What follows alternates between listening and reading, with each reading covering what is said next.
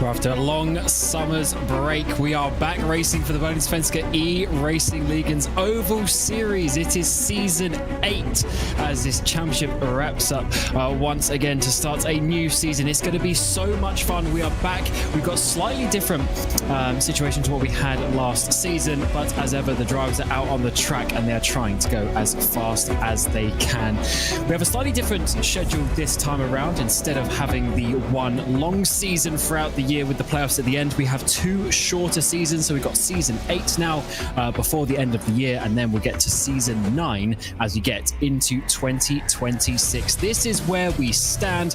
We are here at Daytona for the Superior 400. We go to some interesting circuits, Chicagoland, Charlotte, Phoenix, Iowa for a double header. There'll be 2 races that evening before we get Pocono and Las Vegas to round out season 8. It's going to be a more shorter calendar to what we had in the previous years, but that does not mean the racing action will be any less. This is actually how the championship started way back in 2021, but they went to the longer series, and now we're going to try something a little bit different. Also new this season, we are back to the next gen cars that we saw premiered in 2023.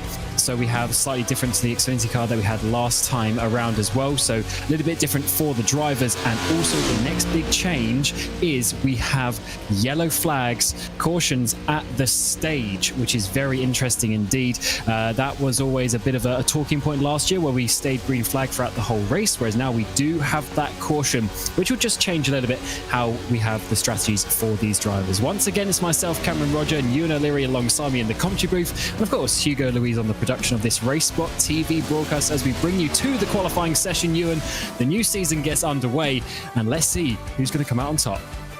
Yeah, very excited for a new oval racing season. I mean, we had great fun over the course of 2024-25 campaign, and I'm sure it's going to be the same here this time round as well. Nearly 30 of them, actually be just over 30 of them qualifying at the moment, as you say, in these NASCAR Next Gen cars, which I'm interested to see how they're going to be different to the Xfinities in the way that they race, but also in terms of who's going to be up towards the front. Is it going to be as much of domination as it was for Jesper Eriksson last season? Because if you take the playoffs out of the equation, Eriksson really dominated, 7 victories, 137 more points than the next closest driver, Linus Broström, in the standings. If this point system was employed last season throughout those 19 races, he would have won by a country mile. So we'll see whether he is indeed here to defend his crown and how he'll get on along with the others who are back again in the next gens this time round. Yeah, there's so many drivers and big names out there. We've obviously got Alexander Arvidsson as well. He's a champion. There's Broström as well. A couple of years ago, the champion, of course, Jesper Eriksson is out there. Got Jonas Gunnarsson, champion from a couple of years ago as well. So lots of big names out there. And the big point actually for Jonas Gunnarsson there is obviously him and the Alcantech boys. They joined halfway through last season at basically the final race where they still had enough time to qualify for the playoffs, and they did so, and they got all of their drivers into that playoffs. So very nice to have them from the start. And as we get to the end of the qualifying session, sometimes coming in as ever so close here at Daytona, restricted play racing, Holmer goes to the front, Broström in behind, and Gunnarsson, they are your top 3 as it stands. But it looks like we're just 10 seconds to go. Is anyone going to be out there to challenge? But that's certainly a big one from Dan Holmer, who always pops up with a couple of race wins every season. Yeah, absolutely does. I think it only took him 2 rounds last season to get his win, if I remember correctly. Maybe I don't. No, it was Bristol, yeah, round number 2. So there you go. We'll see how long he's waiting this time round. Maybe whether he can improve on that this time and win on the first day of the season. But here's the starting grid. Certainly. So let's see. Of course, we've got a slightly different team as well. Obviously, Linus Broström and the Bright Esports crew named as Polski Logistics for this season. But on the front row, it is Dan Holmer for Sim Race Sweden, and then Linus Broström. Got Gunnarsson and Uvenen in behind with Oliver Wallen. He's one of the standout breakout drivers from last season. Then Joel Wallen as well.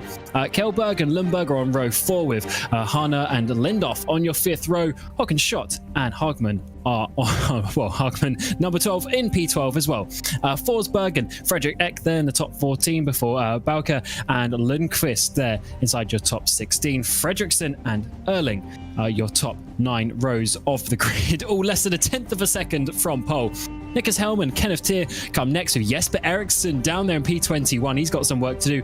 Auto and Helmbro, and then Leuven as well inside the top 24. Helmbro does pop up with a couple of pole positions actually, so interesting to see him down there. Oscar Motin, Skoglund, Jokashur, and then we have Broström, Aronson, Stiller at the back. Is he going to be at the back? Yes, he is. There's only 30 cars out there, so Marcus Stiller once again doing a last to first challenge, and Alex Aronson, one of the top drivers in this championship, not able to put in a competitive lap time there for Polski Logistics. So let's see how that one is going to work out for him. But you and I can't wait for this new season. Completely different, really. Different car, different style calendar. We got cautions, at the stage break as well. It's going to be, quite different to what we saw before. And therefore, hopefully some different drivers coming to the top. Yeah, absolutely. I think, it has the same feel to it, this series, definitely. But there are some details in which it is a little bit different. 4 tyre sets for the race.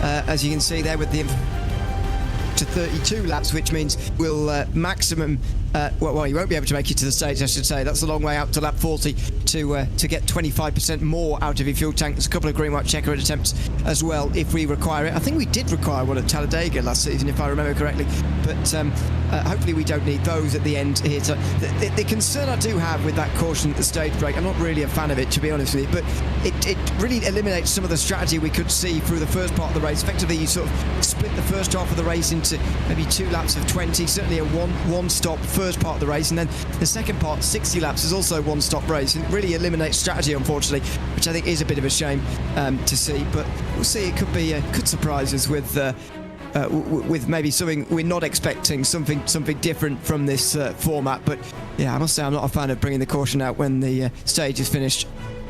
We had a lot of races last season that had some big, long green flag sections. So let's see if the adding of the cautions makes a little bit of a difference. That will certainly be quite an interesting factor. But we just have half a lap to go now before we start the season. It is the Superior 400. So once again, loads of the teams and whatnot bring in sponsors for the event. So Team Superior getting their name in at this first event. Big thanks to them. Big shout out. Let's see what they can do over the course of the race.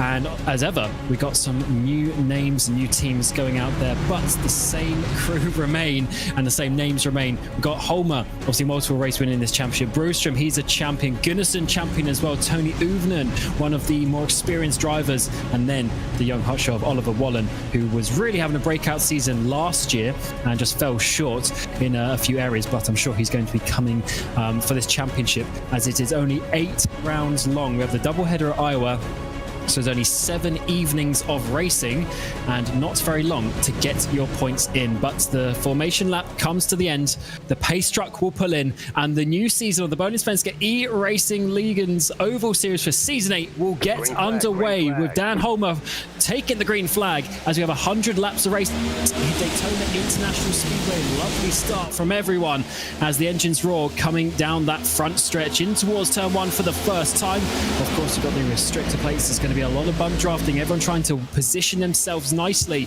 but so far so good.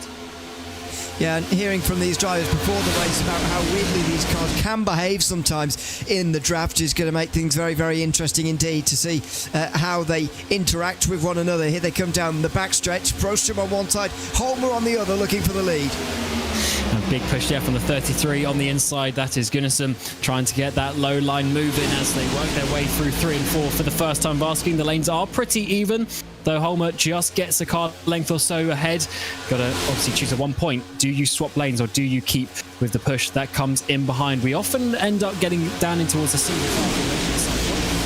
No chance for anyone to do that so far, as the first lap of the season is clean with no one having a wreck so far. Everyone seems to be on the back of the train as well. That outside line is losing a lot of momentum though as it comes to the backstretch. Yeah, the inside certainly prevailing early on, but is this going to be a case of it's going to prevail and they're going to get single file early, or is it going to be a case of just building that up on the outside line before they really start coming again in a few moments' time? But here's Bohlin, and here's the view from him as he sits in third at the moment. Gunnarsson and Holmer just up in front of him at the moment. He's being pushed by Matthias Kjellberg, and then Philip Hahn, who rounds out the top 5. You can see the likes of Linus Broström on the outside still falling. Now he's going to be battling to even stay in the top 10.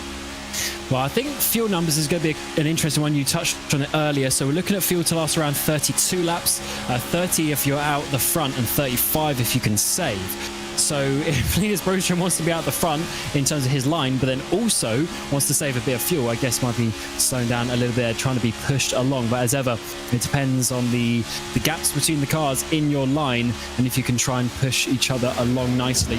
But it seems like, yeah, the outside line not quite working together as best as they could, but some big gaps actually on that low line. That's going to splinter a little bit as we come onto the front stretch again. And even looks at 3 wide in the background there. You can see the momentum being, and there is 3 wide in the background, just outside of the top 10. I think it's Christian Loven who's forcing it, but I can't quite see from that angle. This is, I think, what I'd be doing, to be honest. Robert Erling just sat in trouble. First wreck of the day, first wreck of the season. Lap 4 comes out. Robert Erling trying to slow it down. Keeps it in check, but cars are going around, and let's see who is involved in that one. It looks like a Marcus Stiller from the back, the 013. He was one of the main cars involved. Bjorn Broström has also gone to the back. Marcus Hagman as well in the 12 machine. So that's first caution of the day. We'll round up, and I wonder if anyone is going to take the opportunity to come in, because it's now enough where you can basically, by the time the caution comes out, you'll have enough fuel to get to the end of the stage on lap 40. So there might be a few takers when pit road opens. Yeah, especially down the back of the field. If you want to just top up on fuel and make it to the end, it's not a bad idea at all at the stage break. Let's see how it happened here. It's not long after the 3 wide moment is forced, but not entirely sure that's the reason for it here. Trying to identify what is. Just gets turned there. Oh, hard into the wall as well. Goodness me. That was turned hard into the wall. Pretty careless driving, really, on lap 4. Yeah, that was Marcus Hagman. And yeah, we were looking so close. So even at that point, so basically we need to just calm down a little bit, considering it's only the 4th lap of the season. But drivers starting to make some moves. They were in some nice double file formation, and drivers trying to make some moves. And unfortunately, it didn't work out. We got Joe Wallen, Eck, Lundqvist, and Hagman. Oh, yeah, it was a big hit, wasn't it? Into that right-hand barrier.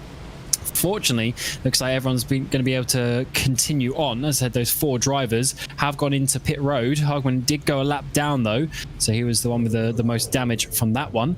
But certainly, a tough start to the season for those drivers. Yeah, it's common though, wasn't it? Or at least it was last season. If you remember the first race of last season from Fontana, we got 3 laps in before the next, what was it, 106 in a row? Obviously, we're not going to get 106 laps here, but we are going to get possibly over 90 before the next caution, and that would be an incredible job from everybody if we could do that. I'm obviously not counting a stage caution in that, because that's not an incident caution. Talk about incident cautions there, but let's see how many go for your strategy of topping off on fuel and making it to the end of the stage with 35 to go, even at this point. I think there will be quite a few takers here. Someone,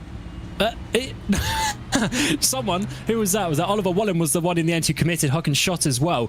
By the way, Hockenschott is the one with the most appearances in this championship as well, which is quite remarkable with the amount of seasons that have gone. 89 starts before tonight. A couple of drivers on 88, the likes of Holmer and Broström in behind, but it's Hockenschott, the one leading on 89, the most experienced driver in the field. He comes in with a bunch of other drivers. So we got Oliver Wallen, Linus Broström, Nikas Helm, Hockenschott is in there, Helmbro, Skoglund, loads of drivers coming in.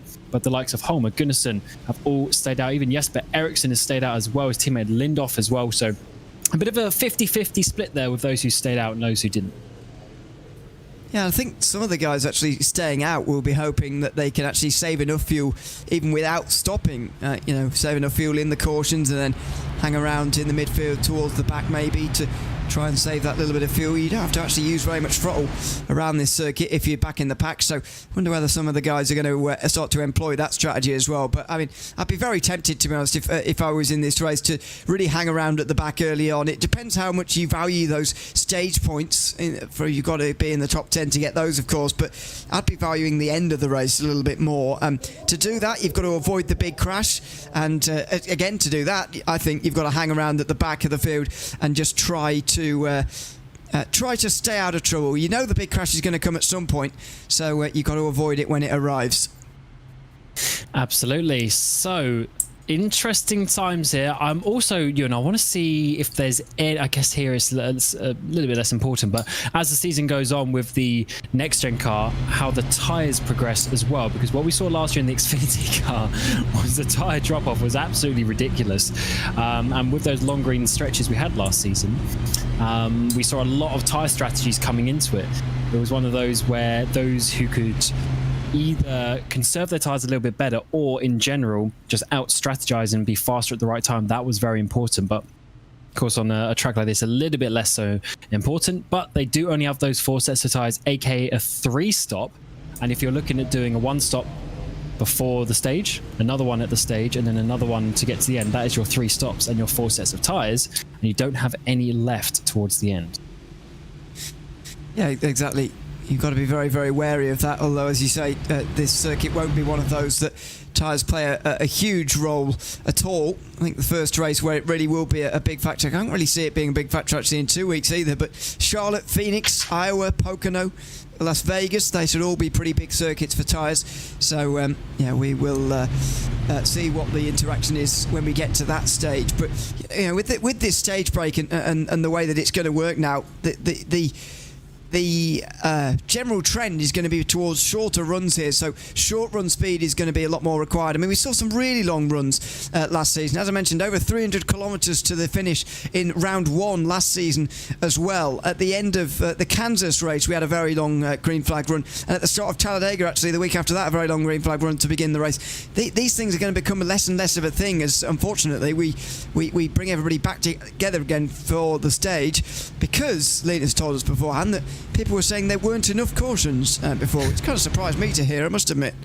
That's only because we didn't race at Bristol every week. That would certainly bump up the average number. But no, we did actually have that. And I guess every season has its little quirks. And last season, that's what it was. We had the long runs, we had the big drop off on the tires, and now, as you say, it's going to be shorter runs. And who is going to be able to be fast out of the block? Again, a track like this is going to be less so important because it's more about your track positioning, but we'll have to see when we get to the more normal tracks how that is going to function. Pace truck comes in at the end of lap number 7. We're going to return to green flag racing as the Superior 400 gets underway once more. Dan Holmer from your pole position has remained there and will take us to the green flag for the second time of RC, and Goodison will follow him in behind, with Kelberg and Harner moving up due to that pit stop cycle. Once again, the outside line is very slow indeed, massively slow as they drop back, and the inside line really gets a big run. It's almost dangerously slow actually on the outside, and in danger of getting pushed around, shoved around on the outside there. And they're looking for a space on the inside there. They're looking for a bit of a gap just to fade into. But it's just disintegrated. I know the inside line is longer anyway, because those who join up at the back all join at the back of the inside line rather than filtering through up on the outside. But goodness me, that is very, very early. Even earlier this time it's happened where it's single filed out like this.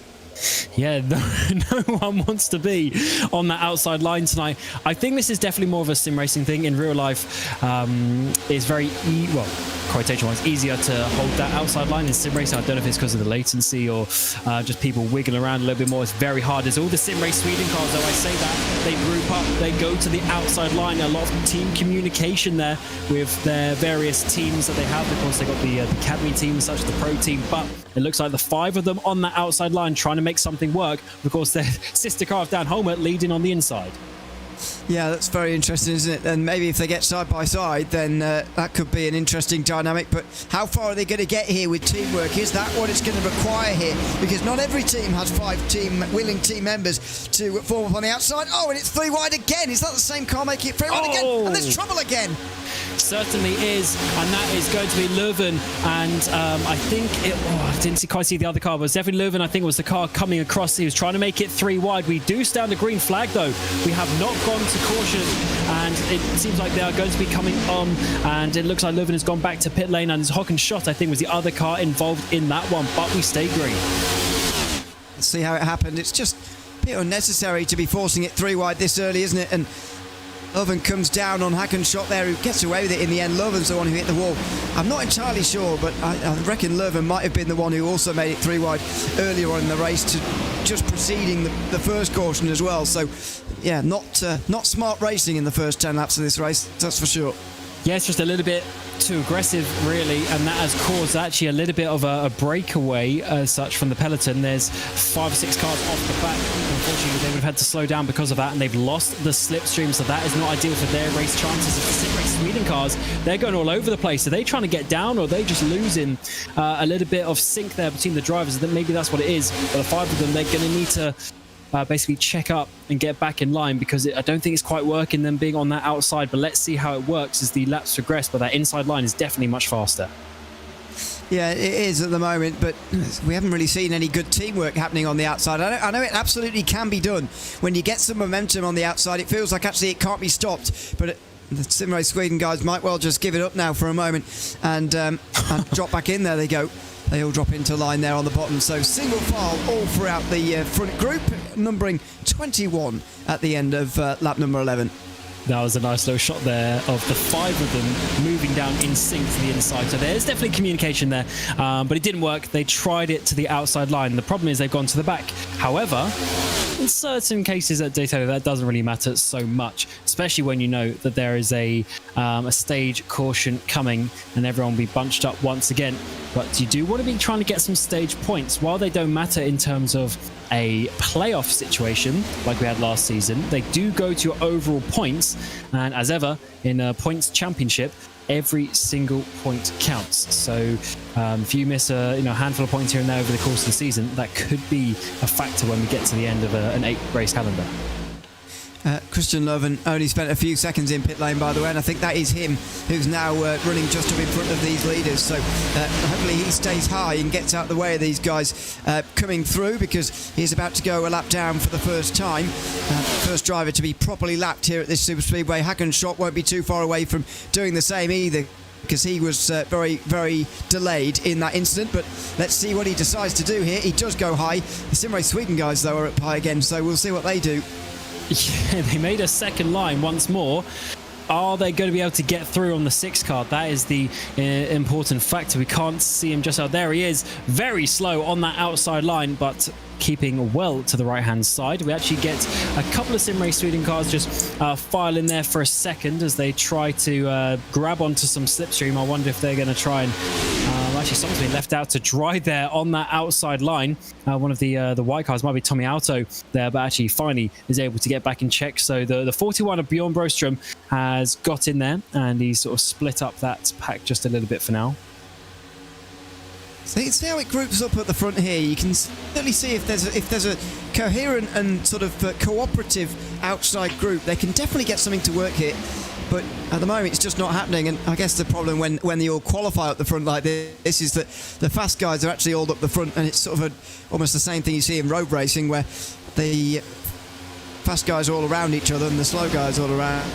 They can't really overtake one another quite as easily as some of the faster guys coming back through the field would be. But it's all single file all throughout, and the attempts so far from Sweden to get something going has been in vain, really.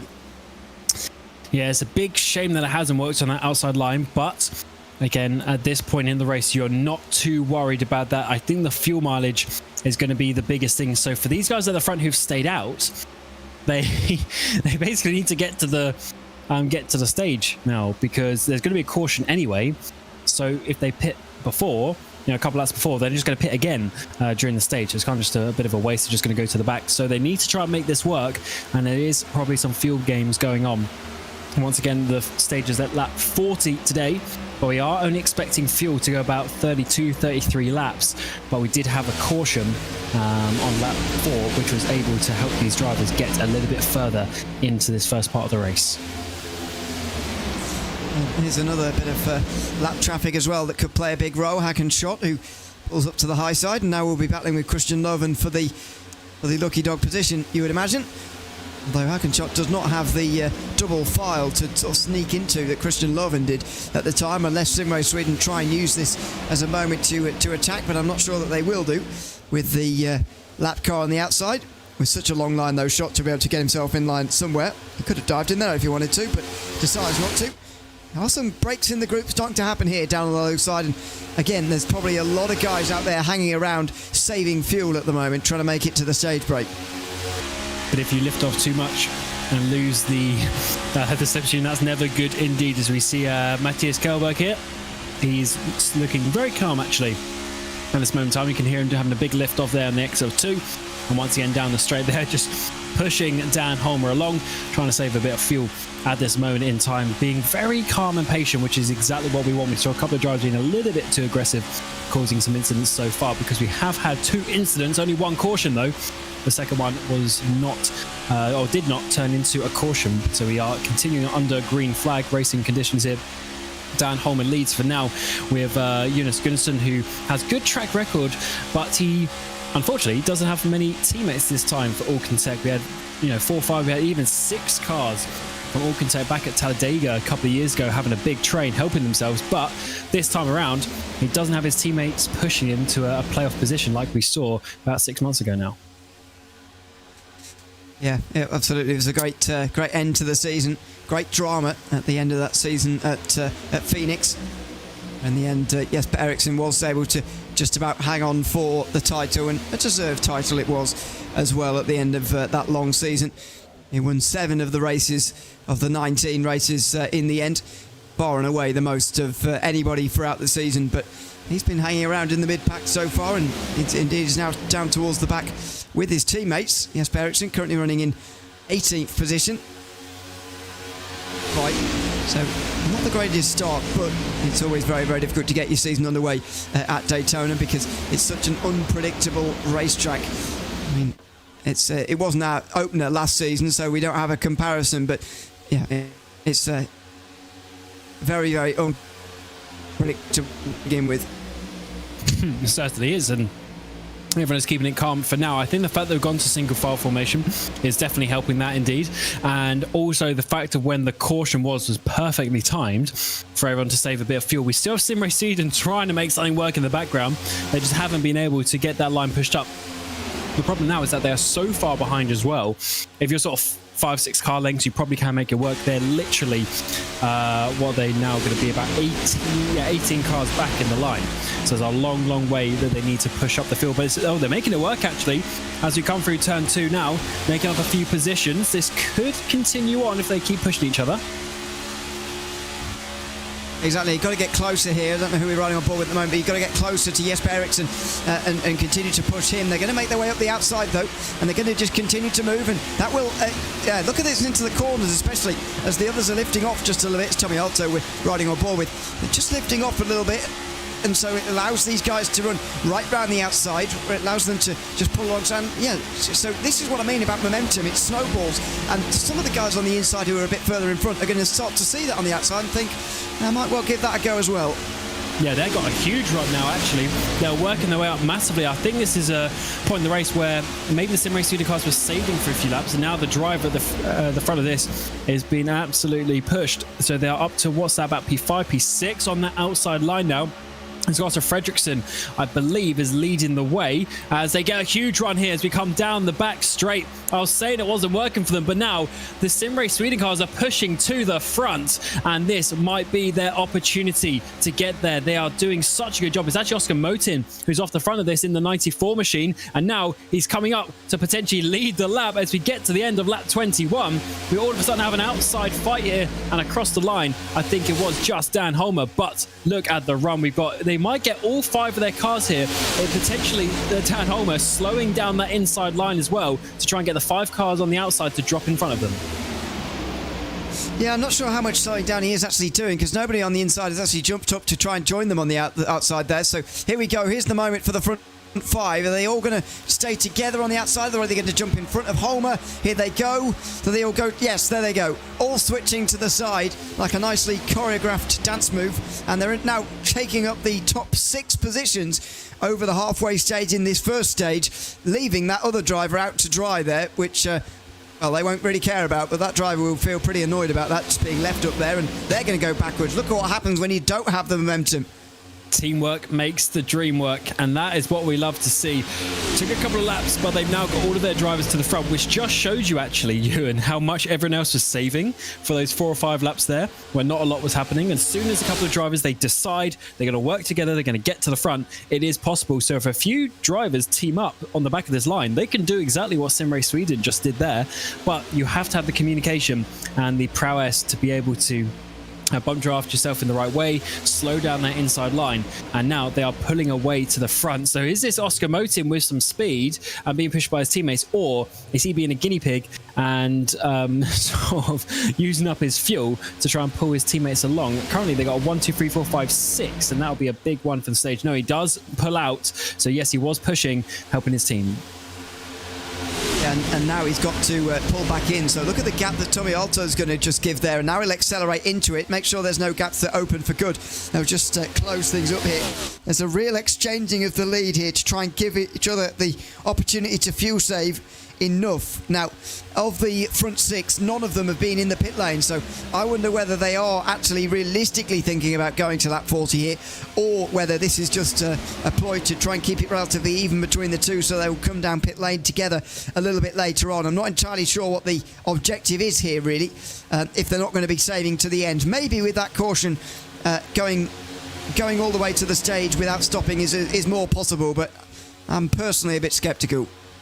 I reckon they saved for those 5-10 laps, realised they got enough fuel, and now they're like, okay, let's go to the front and get the stage points. But they did go very early. They went about lap 21 rather than waiting to say lap 35 and then just having a nice calm couple of laps at the end. Now they've got to hold on for the best part of 20 laps. Exactly. The fact they went early is what's either worrying me. Either it's what you say there, or they decided they're never going to manage it, so they thought, well, we might as well try and get to the front. Yeah, that's a good point as well. They realise I'm never making that number. Let's just go to the front, which would be a very interesting one. So just to reiterate, if you're just joining us, we had a caution earlier on. So basically everyone in the top 11, haven't stopped. And then most of the drivers behind have at the earlier caution. We need to get to lap 40, and it's right on the bubble. So those who haven't stopped, they're right on the bubble whether they're going to be able to do so.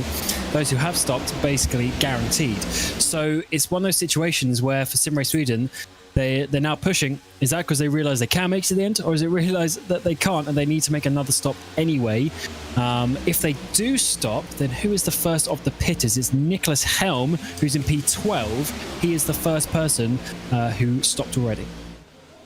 Yeah, and they're dotted throughout the field, really, but they should form up. If everybody else comes in, they will form up into a group again, especially the fact that we're single file here does help this group stay together. We've got the top 20 in the race still together, and then a second group which has Frederick Eck, Jens Lundqvist, Robert Erling, Alexander Haraldsson, Jonas Prostrom and Jonas Skoglund. 3 bigger drivers towards the end, if you like, as far as big names for the championship maybe this season go. So I wonder what they're doing back there. They already have pitted as well, so they'll be going to the end. They're on a strategy of hoping that lots of others in front do have to pit as well. But that earlier caution should push this first stint out to at least 34 laps. If you save a lot, we were told you could do 35 under green anyway. So maybe we're looking at 37, 38 for some of these guys as well. They are still waiting. I think some will be hoping that there's a caution before they end up stopping. But at the moment, it's hard to see where one's going to come from. Yes, everyone is keeping the calm. I say that. Someone's on the apron as you come through the restart zone, but it looks like they gathered that one up. Yeah, I think it's just because just no one's making any desperate moves just yet. But when we get to lap 35 plus and a few people want to make some moves, try to get some stage points for the championship, you never know if any silly moves are going to be done. We already saw a bit of a crazy move on lap 4 of 100, so you never know on lap 34 as such. We'll have to see how that one goes on. Just to reiterate from that, we do have a couple of DNFs already. So Marcus Hagman, he in the number 12 had a solid start there in the midfield, but got caught up in an instant and was sent into the barriers. He's already going to be out of the race. And also Joel Bohlin in the 43, who was involved in one of the in that caution as well. He is also out of the race. We do have Christian Leuven in the number 6 car. He's now 5 laps off after repairing some damage. We've got Hockenschott, who's the second car, who's a lap down. So 26 cars remain on the lead lap. And that's going to become very obvious, I think, when we have a restart and everybody suddenly starts crawling over the leader to try and So far, not too many changes, to be honest. Daniel Homer controlled it from the beginning before Oscar Fredriksson took the lead away from him. Fredriksson finishing 10th place as far as overall points scored in the season through 24-25. Daniel Homer finished 4th as far as total points accumulated are concerned, taking out of the equation the playoffs and everything else like that.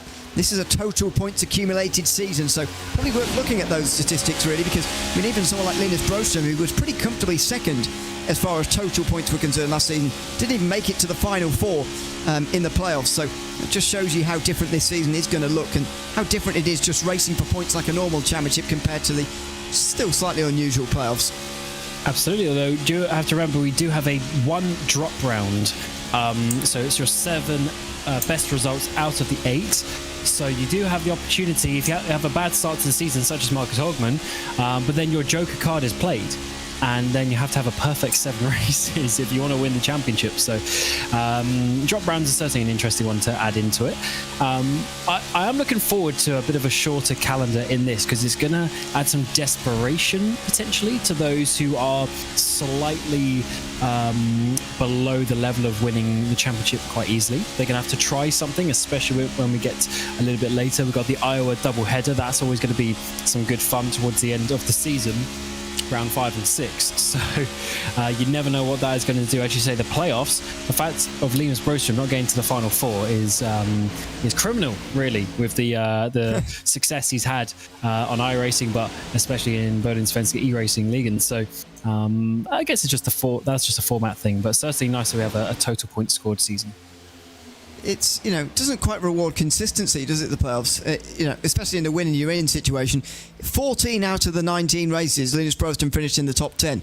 But that wasn't quite enough, especially if those not top 10 races are backloaded, which I think they were. I think in the round of 8, Broström got caught up in 2 crashes in 2 weeks, and that was sort of it. And that's the downside, I suppose, of the playoffs. But, enjoy both in their different capacities, although they are very, very different. But it's the overall points this time round, and we will compare and contrast at the end of this shorter season, which, as you say, is only running for 8 rounds, 9 races, and ends on the 18th of December. That is going to roll around very, very quickly. Certainly is. And then a few weeks later, we'll get going again for another season. Season 9 is going to be coming your way before we get to the next summer break as well. So there's going to be 2 champions in the Oval Series. We've been used to that in the Road Course Series. So remember, the Road Course Series runs adjacent weeks. So we already started that last week. So we're going to go back to that again in the Porsche Cups next week. That'll be happening for a season before Christmas, and then we will do it all again in the new year, where we will go to the new Oval Series and a new Road Course Series as well. So there's going to be 4 champions in this iteration of the Bohlin Svenska Eracingligan between now and next summer. And there's going to be a lot of racing every single week, alternating between the Ovals and the Road Course Series, with just a couple of weeks off break throughout the year. Of course, they'll be all followed here on RaceSpotTV by myself and Ewan throughout the year. It's going to be a lot of good fun as we get to lap 34, I should say, of 100. The Superior 400 continues on. This is the Sim Race Sweden cars, who have got the top 6 positions, as they have done for about 5 laps now. And I wonder how long this is going to last now. It was said that at the start of this race, if you save a lot, you'll get 35. A couple of laps extra with the caution. Probably would have saved another couple of laps. It's 37. So how many of these guys have been saving a lot, in quotes, and how many will have to stop before the stage break? They're certainly past lap 33 now, which means that they can do this effectively on one more stop to the finish. I wonder how many will be coming in here and not at the stage, as we've got loads of guys coming in here. Oh, yes, but Ericsson, he gets tagged. And also there on the inside, that is a terrible place to have a spin. I was trying to work out which one of his teammates that is who's gone for a little bit of a spin as well. That really is not good. Yeah, Tommy Alto, because all of the sim race speeding cars coming in at the same time, but they seem to sort of outbrake themselves. Of course, you never use the brakes at this track, so they're completely cold. And there's a few other drivers coming in as well. We've got Bulka coming in. We've got Hana Kjellberg as well, who's up towards the front, but therefore racing out the front is Gunnarsson, Forsberg and Uvenen. The top three, they are still out. They have not stopped yet. Yeah, but are they going to come this time round? There's 4 who still haven't stopped at all tonight, and 2 of them are coming in now. So Helm is going to go on, as is Tony Uvenen, sorry, not the Helm. He's already been in. Jock Shu is also going to go on as well. Not a bad idea for those two to wait another lap, because they have a much clearer entry to pit lane, unlike Ericsson and Alto, who tripped over each other there. And one thing I'm interested to see is, so they come lap 35, and we had the caution on lap 4. So it's getting close to actually whether these drivers here who have stopped, if they can just about sneak, because remember, it's not lap 40 that you pit, it's going to be basically lap 41 by the time you've done the in lap as well, at the caution. So they need to squeeze it a little bit, and I wonder if more drivers are going to come in here. So we had the last couple of drivers, so Yokashu and Tony Uvenen come in. So the lead drivers now on track, they have already stopped at that first caution of the day. We also have a couple of drivers who've made 2 pit stops, the likes of Bruce from Skogland as well. So they decided to stop at the caution and again afterwards. So very interesting strategies, a split of the strategies, but the stage is coming up on lap 40. The front group now, just 7 of them battling over the points. So how hard are they going to fight here, and when is it going to begin? Will they even be able to make it to the end of the stage without stopping? As you say, you've got to think about further than lap 40. You've got to think about the fact that you'll also need another lap or 2 to get round again. It might actually be 42 before you can come in. That's contact just in front of them. It's a 4-driver group right in front of them. It's Henrik Lindhoff, Matthias Kjellberg, Philip Hahn and Dante Forsberg, who are tripping over each other there as well. These guys are starting to get a little bit hairy as the stage comes to the end. The pressure increases. Who wants to get the first win of the season here at Daytona? Superior 400 stage is coming our way in just a couple of laps time. We are now getting some lapped runners get in the way of the leaders. So it's the blue car, the 55 of Helm. He's the one leading. Now it's going to be Helmbro on the outside in the black and yellow machine. Helm has been absolutely blocked in there by the traffic, who have already stopped. And unfortunately, Helm is going to be losing the race lead here. Having said that, Helmbro's not had the best run that he would have wanted as they come off the final corner. Is there anyone coming to pit lane this time around? Not from the front group. Oh no, Helmbro there gets crossed up. Does he save it? No, he hasn't. So that's going to be a caution surely on lap 39. This is going to end the stage as well. How is that one going to work out? But Helmbro was turned there as we came through the tri-oval section. He gets going, but how much damage is on that car? Nicholas Helm, who took so long to score any stage points last season, only scored 6 all season, has just scored more tonight now than he did in the whole of 2024-25. It's Helmbro who just gets turned there, and then almost in, not retaliation, but just as that was happening, Bohlin also got turned as Helmbro went the other way. There'll be a few guys with a bit of damage there and some more stops having to happen. These guys would have had to stop at the caution, the stage break anyway, but they certainly will have to now. And it was actually Bohlin causing that crash going in the middle, which was a very weird situation. It was a little bit early potentially to try and go for that move, but then I guess that's where the traffic was. We're on to lap 40 now, so at the end of this will be the stage caution anyway, but we are under the yellow flag conditions already. So Nicholas Helm looks like he is going to be coming across the line, but does he have enough fuel? Because he has to obviously get round again to get to the pit lane opening. So that is certainly a very interesting one indeed. And at the end of it is a little bit of a mix-up in terms of who you would have thought. Marcus Stiller from the back of the field as well is going to be in 4th place at the first stage. That's pretty crazy. Yeah, but that's exactly what you get from stage racing and indeed Daytona racing, plate track racing. So it's already producing in that sense. I'm presuming that this is going to give us the points, but the pit lane should open this time round. So I wonder what race control are going to do about this post race. Whether the points are going to be dished out at lap 39, a lap early, to give everybody the chance to come in on lap 40, or whether these stops are going to matter for the stage or not. Because if your pit box is too early, you won't have crossed the line yet before you actually get your points. Sometimes there's an element of fairness of having it now, the top 10 as it is now. But I do like the sort of harsh version of it, as depending on where your pit box is, depends on the points that you get. But that is for race control to decide. And it looks like, as ever, everyone is going to be coming in because they do not have the fuel.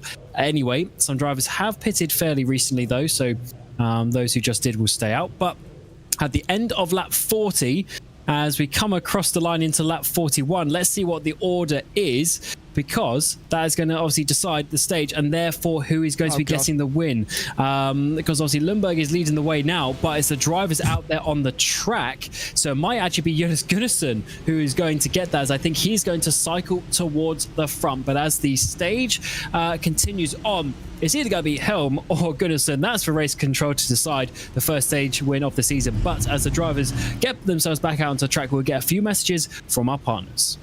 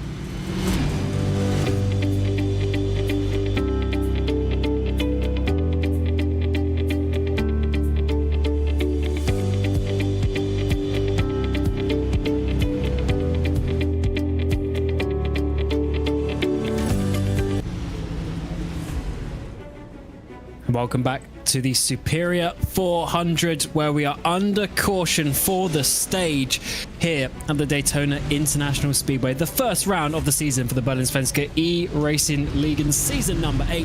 It's myself, Cameron Roger, Ewan O'Leary alongside me in the commentary booth, and of course Hugo Louise on the production of this RaceSpotTV broadcast as we open the season. Now, certainly a bit messy there to the end of the stage, and it looks like it might in the end be Nicklas Helm who was getting that stage win, but they were going through the pit lane as the stage came out due to the caution coming a lap or so early due to the fact of the crash there with the 77 of Peter Helmbro getting turned as we came through the tri-oval. Loads of drivers coming down pit road here. We're going to see an incident as well in pit lane. That was Tommy Alto avoiding his teammate, the 37 of Jesper Eriksson, who went into hot, got tagged behind from his teammate going into hot there as well of Oscar Motin. So not the best day for Sim Race Sweden so far. They've had that strong pace, but that stage not ending well. We're on lap 42 as the drivers line up once again. We have Jonas Gunnarsson, who's rotated himself to the front. We've got Oscar Motin, we've got Uvinen and Jokoshua in behind. All of those drivers have pit about 5 or 6 laps before the caution came out, and therefore they have cycled to the front. Nicklas Helm is MP7, having stopped from the lead of the race when the pit lane opened. So a little bit of a mixture of strategies. And now as we go to the end, those who pit before the stage are going to struggle a little bit on fuel as you get to the end. Fuel lasting about 32 laps or so. So we basically have a one-stop race situation. Pace truck comes in and the race will get restarted. The 32 of Jonas Gunnarsson, your champion from a couple of years ago, will get us back to the green flag racing once more with an amazing start at the front. No one's following him. They're sleeping in behind, and it's going to be a huge run from some of those drivers as they close up the battles. Motin tries to jump down in towards that inside line, but there's no place for him there. No, and it just remains to be seen how quickly everybody is going to migrate down there to the low side and get into line behind Jonas Gunnarsson, or whether this is going to be more of a punchy restart. You can already see drivers starting to eye up a gap down there to get out of that high line. And it looks like it's going to be a little bit of the same, where the outside line isn't going to be for everyone. They want to get down inside, but once again we've seen about 5-6 cars on that high line. Someone also getting pushed up towards the wall. You've got to be careful with that. What we saw last time was the outside line was only Sim Race Sweden cars working as a team, but now we've got a mixture of drivers there. We see a few jumping back down to the inside line as it's starting to splinter on the outside. They've got to be careful, otherwise they're going to be starting to lose a lot of time. You need to work together if you just go as a 3-4 car breakaway on the outside. Another 3 wide moment. Oh, into one. Don't really understand why they're doing this at this early stage. Is that Ericsson on the outside? You'd think he would know better.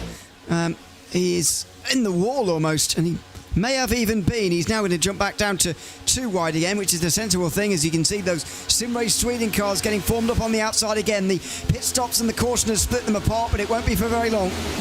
They will coordinate that as best as they can, I'm sure, to try and get back in line, because you never know what can happen during these races. Lap 44 comes to end. On to lap 45. Jonas Gunnarsson leads another lap. Tony Uvinen up there, Jokoshua as well, and Philip Hana, your top 4 cars as we come across the line once again. We're still seeing there's some guys trying to make this outside line work. A few more join them. We've got about 7 or 8 cars on that top line as they try and work their way out. They're very separated though. They need to get a little bit closer, especially up towards the front there, as Jokoshua is sort of wiggling around a little bit in 3rd place. And they really squeeze each other as you come down the back straight, trying to side draft, slow down that inside line. Yeah, and it is working to an extent at the moment. So see how long they persist with this 4, because the front 3 are just going to get further away. As if this continues on, the slipstream is keeping things close together. Motin will now side draft on Philip Hahn, and Helm will side draft on Motin, I should say, and get back past, although only briefly, across the line again. At 45 complete, 5 to go until halfway, and this is more promising from the outside line in this restart. Yeah, they're making up some positions. They're into about 4th or 5th place in the queue, but they need to be doing better than that if they want to push up towards the front. Once again, the cars wiggling around left and right quite a bit. That, of course, changes the draft quite significantly, actually, in terms of how much they get, but it's looking pretty even, actually, as we come through turns 3 and 4. So just to reiterate on that outside line, we've got Oscar Motin trying to lead the way. He's got a few drivers in behind. One of them is Forsberg, for instance, as they try to push their way through. And it is going to be Forsberg there in that orange machine, trying to make something happen, trying to push Motin up towards the front. But unfortunately, there's not enough momentum. They just keep staying there around Nicklas Helm. They're not able to move further forward. No, not at the moment. And that outside momentum is starting to dissipate very, very quickly indeed. I mentioned it earlier on. Once it starts to go, then you can start to, or you can't see how the outside line's ever going to stop approaching on the outside line. But when they don't have the run, it looks very, very miserable out there on the outside line, and that's what they're experiencing at the moment. They'll be fighting between themselves as well. They've got to make sure they don't get involved in an accident by pushing each other through the corner, and they're getting dangerously close to bump drafting through the corner now. It's so dangerous to do that. Yeah, you just get a little tag on the back at the wrong angle and you do send a car into the wall. We saw that earlier on, Marcus Hogman getting turned into the barrier, and unfortunately he's out of the race because of that. We are getting some moves, but they're dropping back once again. They were up towards the 55 of Helm. Now they're back to the 72 of Oliver Bohlin there for Polski Logistics. So definitely the inside line working better. You see everyone bunching up as we come down. It's actually the 72 goes up to the high line, gets in front of Motin, gets a huge push and works his way forward. Huge push, and again, this is what I mean. When it's off, but when it's on, it's absolutely on the outside line. You can see them motoring now. Oliver Wallin's going to get pushed past Philip Hahn. He's into the top 5, into the top 3 maybe by the line. Yokshu going to be put into the background. Tony Uvenen's going to be put into... Oh, trouble! Yes, 72 gets pushed up into the wall. He keeps it there. That is very good driving from the 72 to not bring out the caution and not cause any further incidents, but that is going to be his race basically done, assuming there's going to be quite a bit of damage on that front right-hand corner of the car. But he does continue on very nicely in a straight line. We've got also Tommy Alto, who's out of the race after his contact a little bit earlier. So here's Motin pushing the 72. I say bomb drafting through the corner, just goes to the right-hand side. They get a little bit too close, and it's just the tiniest bit of contact, but it's enough to turn the 72 into the wall. And it's the wrong angle as well. That's the key. It's the wrong angle to be pushing from like that. So ends up in the wall. There must have been something else going on here as well, because this field has suddenly disappeared. While we were watching that replay, something else must have happened. But that was so dangerous from Motin, by the way. He could have taken out his whole team doing that through the tribal. And, you know, we're not even we weren't halfway through by this point. We're on the halfway lap now. You know, that was really dangerous to be doing. High risk for little reward. But it looks like there has been more incidents, because Daniel Holmer's into the pit lane and there's only 8 in the front group suddenly, and here it is. Oh, there's Jesper Eriksson. Dan Holmer just absolutely T-bones his teammate as that outside line was not working. It splintered this field quite a bit, as the 8 of Lindhoff as well, who's getting involved. So Simrace Sweden, they'll be covering their eyes watching that replay. That is horrible. Everyone had to slow down, and now they've lost all the momentum, and we've got a huge breakaway. Top 8 cars now only in this front peloton, and that's going to change a lot as you get to lap 50 halfway through the race, and it's a new look at the front. And because the field is so disassembled like this, could well stay green for quite some time here. And this breakaway of 8 drivers at the front of the field could stick to maybe even the very finish, certainly for a long time to come. And they might well put a number of drivers a lap down. They've already got everybody outside of 19th a lap down. Holmer and Bohlin are spending a long time in pit lane at the moment, joining Tommy Alto, Joel Bohlin and Marcus Hogman, who are already out of the race. Got a number who are just a lap down as well. So this could be the start of quite a long period of single file where this group generally extend their advantage. I'm trying to see, because this front group, I believe I can count 9 cars in the group, but there's only 8 on the leaderboard. So one of those is a lapped driver who's involved. Who's involved in that? Who is it? Sorry. Fredriksson, I would guess. He's the first driver 1 lap down anyway, unless it's one of the multiple laps down drivers like Jens Lundqvist or Christian Loven. Yeah, I can't quite see the number of the car at the back, but that would make sense because he's in a black Simrace Sweden car. So there's definitely an extra driver in there. However, I say a lap down for now. So this, as you say, is going to change things quite a lot, because we've got a little way, about another 15 laps until a pit stop, potentially. So that means these guys can just keep it nice, running out the front. If there's no cautions, they're going to have a lovely breakaway, because even if we get green flag stops, their 5-second gap behind is going to be saved, and they'll be able to come back out in this group as well. They don't have the opportunity for the group behind basically to catch up just in that regard. So this is looking good for Gunnarsson leading the way. Yeah, and some of them didn't pit under the stage break, so they are a little bit older on fuel. Gunnarsson, for example, who actually did wait a little bit actually before he came into pit lane himself. So he's seeing the benefits of that at the moment. But 10 or 12 laps or so, and these guys will stay out a little bit further. Then some of them might start to come in. So Gunnarsson, Uven and Shu Han all stayed out. So did Motin under that previous stage break. And so we may well see those guys in first, but surely not long followed by the others. There is that second group, though, for ninth place on backwards, who are starting to get themselves back together again. And you can see them start to catch already as well. So we might well get the front group double in size in a moment anyway. Yeah, that's true. They gained a second already. So it is a possibility that we could see them catching up, especially as this lead group needs to save some fuel. So that could be quite an interesting situation when we get a little bit later into the race. Now, in terms of race wins in this championship, Gunnarsson, despite being a champion, only has 4 wins, which is rather remarkable. But that just shows you how you have to get the wins at the right time and general consistency as well. Whereas Jesper Eriksson leads on 16 wins, and he also is just a one-time champion. So very interesting on the stats there. But Gunnarsson certainly knows what it's like to be up towards the front, and is definitely one of the better drivers in this championship. That is for sure. Yeah. Well, it's going to be so unpredictable after this race as far as the future look at this championship. As I mentioned earlier, it's such an unpredictable way to start the season, but just having a solid round is what you need to do. That's what I mentioned earlier on, that actually I wouldn't mind at all hanging around at the back and waiting for the big crash to happen, because you know it is going to happen at some point.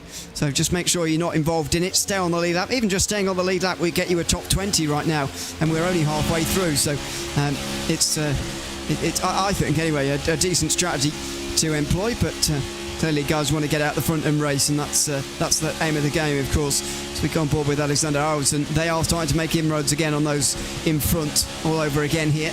So let's see how close they can get. So 44 to go at the end of this one, but they surely will be there by the time the pit stops arrive again. Absolutely, it's going to be a tough fight to get those extra sort of 2-3 seconds that they need, but I'm sure they can do so. And Ewan, do you want to have a guess who has the highest average finishing position of someone who's actually done a good amount of races? Out of all of the top drivers you can think in this championship, who do you think has highest, or I guess the lowest average finishing position? I was going to say, are you asking me who's most rubbish or least rubbish? I'll go for someone consistent like Linus Broström, I suppose. Now, Broström, no, actually, in terms of the average finishing position, he's actually quite a way down with a position 9. But it's Eric Blixt. He's done 79 races, and his average finish is the highest of everyone with a 5.8.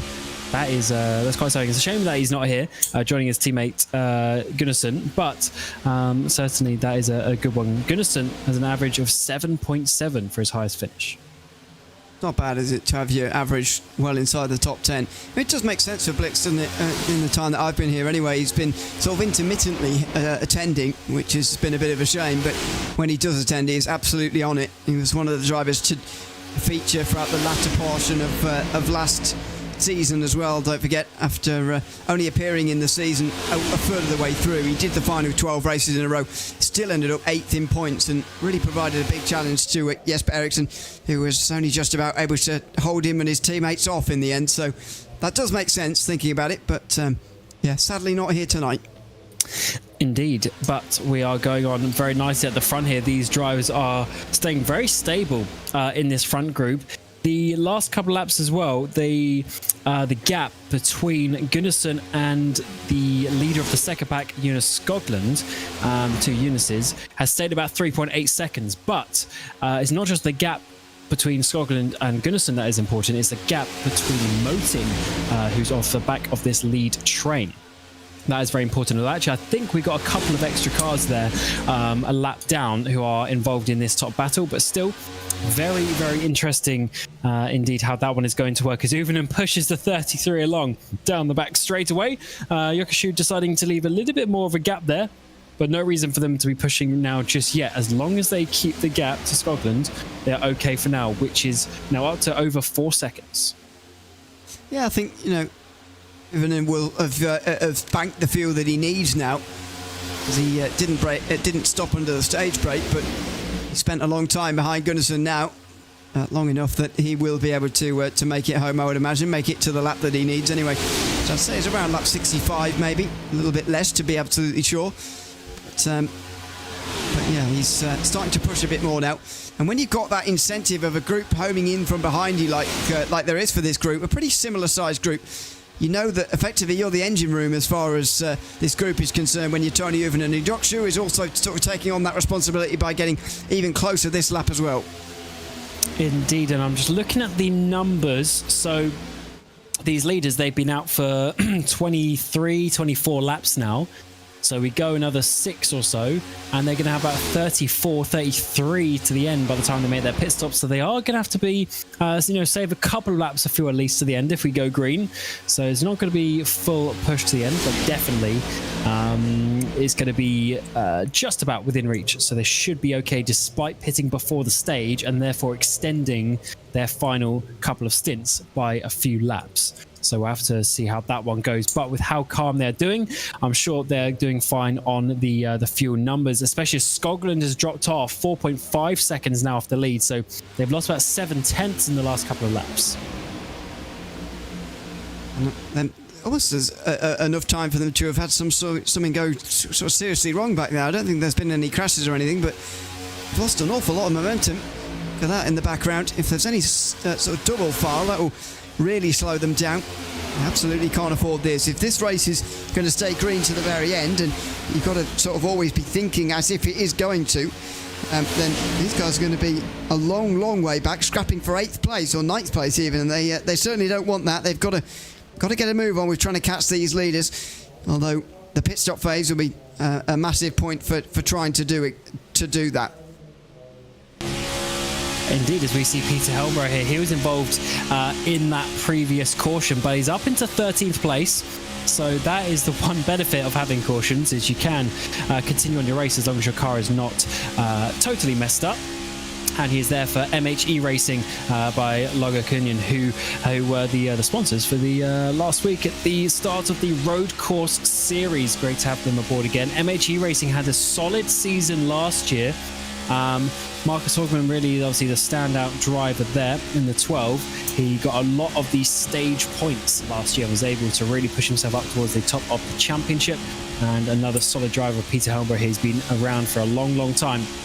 And as I said, multiple podium winner. He's got a couple of pole positions to his name as well. So he definitely knows what he's doing in this series. Shame they got caught up in that caution, but he isn't. He's not in really too bad of a position here at this moment in time. But it is so difficult just to pick off moves in this style of racing. You've got to be smart. You've got to think the long game, and everyone is keeping it calm as they want to. Work together. Alicia Scotland's losing more time. It's now to 4.8 seconds. You and I reckon they need to change the driver at the front of this pack. Yeah, it might help. Yeah. There's just counting the numbers in here as well. They might be a little bit deficient on numbers now. I'm not sure where some of the others have gone, but it looked like they were more numerous than that front group earlier on, but they're certainly not now. Only eight of them in this group, and I reckon there are at least 9, maybe 10 at the front group as well. So that might be something that is disadvantaging them as well, and there's obviously not a lot they can do about that, but wonder whether that is playing a role. 5 seconds the gap now to the leader. How many are in this group? Maybe 11 now, is it? Oh no, it's 10. So yeah, whoever they've got at the front, that's going to be an uphill battle for them anyway. But yeah, the front driver may not be helping. On paper, you probably wouldn't have Skoglund as the fastest, but it's more about where your car is really, rather than the driver. There's when riding single file like this, there's less driver skill involved certainly than normal. Oh yeah, definitely. And yeah, to be honest, I'm not saying that to bash Scotland, but they have lost now 1.3 seconds in the last 5 or 6 laps. So that is a lot in this style of racing. So definitely they need to at least work together as a group and try and push themselves forward at this point in the race. Lap 65 of 100, the team superior 400 opening up the season. Although to be honest, it's actually 402 kilometers, but we won't talk about that, as it is 250 miles here for 100 laps of the Daytona International Speedway to start the season. And after the stage after the cautions, we've had Jonas Gunnarsson here leading the way. We are on to lap 30 of his stints though.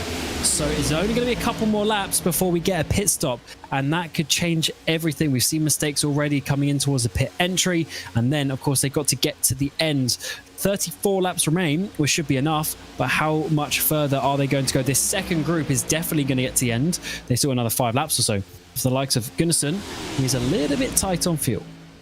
Yeah, so Gunnarsson, Uven, Shu, Han and Motin will be the first into pit lane, but the others might decide to follow them anyway. I mean, we're in the window now where you can make it to the finish. Certainly now, 34 to go as we cross the line here. 6.5 seconds for this group. You can see the front group getting ever further away as we continue to follow these guys. But yeah, it's really going to be about that front 8 now. If there's no caution, you've got to say that the winner is going to come from that front group. But the tactics throughout this stage in the race are going to be absolutely fascinating as far as that front 8 is concerned. And who's going to decide to pit when, especially for the likes of Oscar Motin. You know, he pitted at similar time as the top 4 did in that front group, and you know, he's not with them right now. So does he carry on for one more lap with the other guys before coming into pit lane? Which group's going to be faster? Is the group still going to have 8 in it at the end of the pit stop phase? These things are all to be worked out in the next few moments.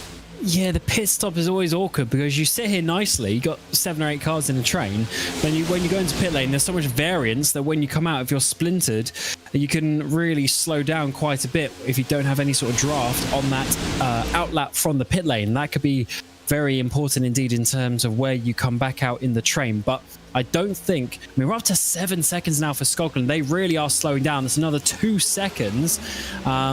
Yeah, this is really losing a lot of time. Half a second on that previous lap. I mean, half a second around here when you're just flat out. I mean, that's a lot. That's a lot of drafting that is being missed out. So Gunnarsson comes in. Wow. Lap 68. He's the only one. He's the only one, so he is the only person on his pit cycle as well. Actually, no, sorry, Philip Harner was on the same one, so he continued on. But Gunnarsson being out the front goes. He is actually fine. Now that they've been able to squeeze a couple of laps, they should be fine on fuel to the end here. But as he comes in on his own, Ewan, he's going to lose a lot of time on pit exit. Now, how didn't he make an agreement, strike an agreement with some of the others who were on the same strategy as him? I mean, Uven and Shu, Hahn and Motin didn't pit under the caution either, the stage brake caution either, so very unusual. Gunnarsson pits for 4 tyres as well, as he would do at this stage. That's probably going to be the last tyre change for Gunnarsson today now. As he pulls out the pit lane again, he's going to have to hope to find a lap car or something to push him along for the moment, or indeed hope that people come in this time. Here comes Motin this time round along with a lapped car. Indeed, that might be Fredriksson. Yes, it is Fredriksson. Yeah. So that was the car on the back of that field. So yeah, I said there was an extra car there. Fredriksson was the one. Yeah, we've been told they're going to say either put in the chat between the drivers that he was coming in, but no one wanted to follow him. And unfortunately, no Alcan Tech cars out there. Hasn't got the teammates. You got no fans as he tries to get back up to speed. But unfortunately, he's going to lose a lot of time here. So when we get to that pit exit, I think he might be losing quite a bit of time. But we'll have to see. So we've now got the 84 Tony Uvinen leading laps here at Daytona. The 34 of Yokoshu is in behind. But these guys, they've still got... no, sorry, these guys need to come in now. The other ones, they still got a couple more laps to go. 4 of them all come in at the same time, though. So this is an opportunity for them to basically pit at the same time. Hana and Tia are the ones to join them. They could have gone another lap, but they wanted to come in at the same time. So they have those friendly rivalries on the exit. Even worse news for Gunnarsson is that Motin sped on pit lane, so he's still on his own, Jonas Gunnarsson, as far as I can see. Helm and Stiller are going to continue on just for the moment, but what about this next group in line? Uvinen needs to get going pretty quickly, and that's a lap car indeed, heading its way past. Another one. Kenneth Tier is going to get his way past. Now they're all going to get out together. There's going to be a bit of coordination here. This is how it should be done with the guys coming out the pit lane. But where is Jonas Gunnarsson going to be in relation to them? As Stiller and Helm also coming to pit lane, they'll be hoping they haven't cost themselves too much by leaving it later either. So Tier jumped 3 cars there in pit lane. That's worked out beautifully for the Polski Logistics driver. Oh. And did he take less fuel also because we now need less than a full tank, whereas other people not doing the calculations maybe took a full tank by mistake as he get to pit exit. Yeah, Gunnarsson, Helm there seemed to be all crossed up going into the pit lane, as this is the battle effectively for the lead. Tony Uvinen is going to get past Philip Hahn. Kenneth Tier is going to be out in front of all of them though, and they're going to try and push on past him. Gunnarsson not involved in this group. His early stop has not worked. Yes, definitely not. This is a big shame, and that just shows you how much time you can lose. And unfortunately, not only is he behind, but he's like 3 seconds behind. He's in the background there, and that really has not worked out for him. He's got, I think he's got a lap driver in front of him, so maybe else can do something with that one. But unfortunately, that is seconds lost by not having the same strategy as everyone else. That really is a big moment potentially, as that is Marcus Stiller losing momentum on Pex. So he now goes to the back of this little train. Yeah, does he grab the slipstream? That's the key thing here. Has he grabbed the slipstream of these guys? Kenneth Tier has been picked up now by them at the front, so he is still leading, or will be leading, but they've not caught Nicholas Helm yet. There he is in the blue. How has he had such a short pit stop? Just 12 seconds in the box, not overly short. So he's gotten into the lead, but he's going to be absolutely roared past in a moment. He's on his own completely, and he's going to be hung out to dry by these guys chasing as there's some more stops further back. Yes, this is a Lundberg coming in. His teammate, the 83 is Skoglund as well, so who was leading. These two cars are leading that second pack for a long time. There's Helmbro in the 77 machine as well, coming down pit road, as well as Lindhoff in the 8 for Sim Race Sweden. So really is pit stop time now for these drivers who this were the people who stopped under that stage caution. That's why they got a little bit longer than those who pit just before it. So let's see, we got a black flag for the 41. That's Bjorn Brostrom as well. Must have sped down pit road. Yeah, that's the most likely outcome, unfortunately. It's a real shame. Let's see how it happened. See if we can see it visually here. He's pretty... he's not overly quick, but just misses it. He did a decent job to try there, and you can see the way through it off the road. He was trying very hard to get it slowed down, but there's no points for trying, and unfortunately he does get a penalty. Tier then leads the field around those who have pitted. So of that group who just pitted there, Eric Lundberg's out first, but he's still over 3 or 4 seconds behind. And it's quite funny how generally just after the driver briefing, Linus Brustrom, one of the coordinators here, always comes into the commentary booth just to have a little chat before we start. And he was saying maybe today is the day for a new winner in this series. And that would be a very interesting one if we are able to see a new winner. And obviously quite a few drivers up towards the front here. They are going for their first win, and that'll be a very fun one indeed. Obviously, Yokushu, for instance, Kenneth Tier, they are all going for their first victories. Tony Uven has 1 to his name, but for Tier and Shu, this would be their first win, and that would be quite something to witness that if they are able to do so by the end of this race.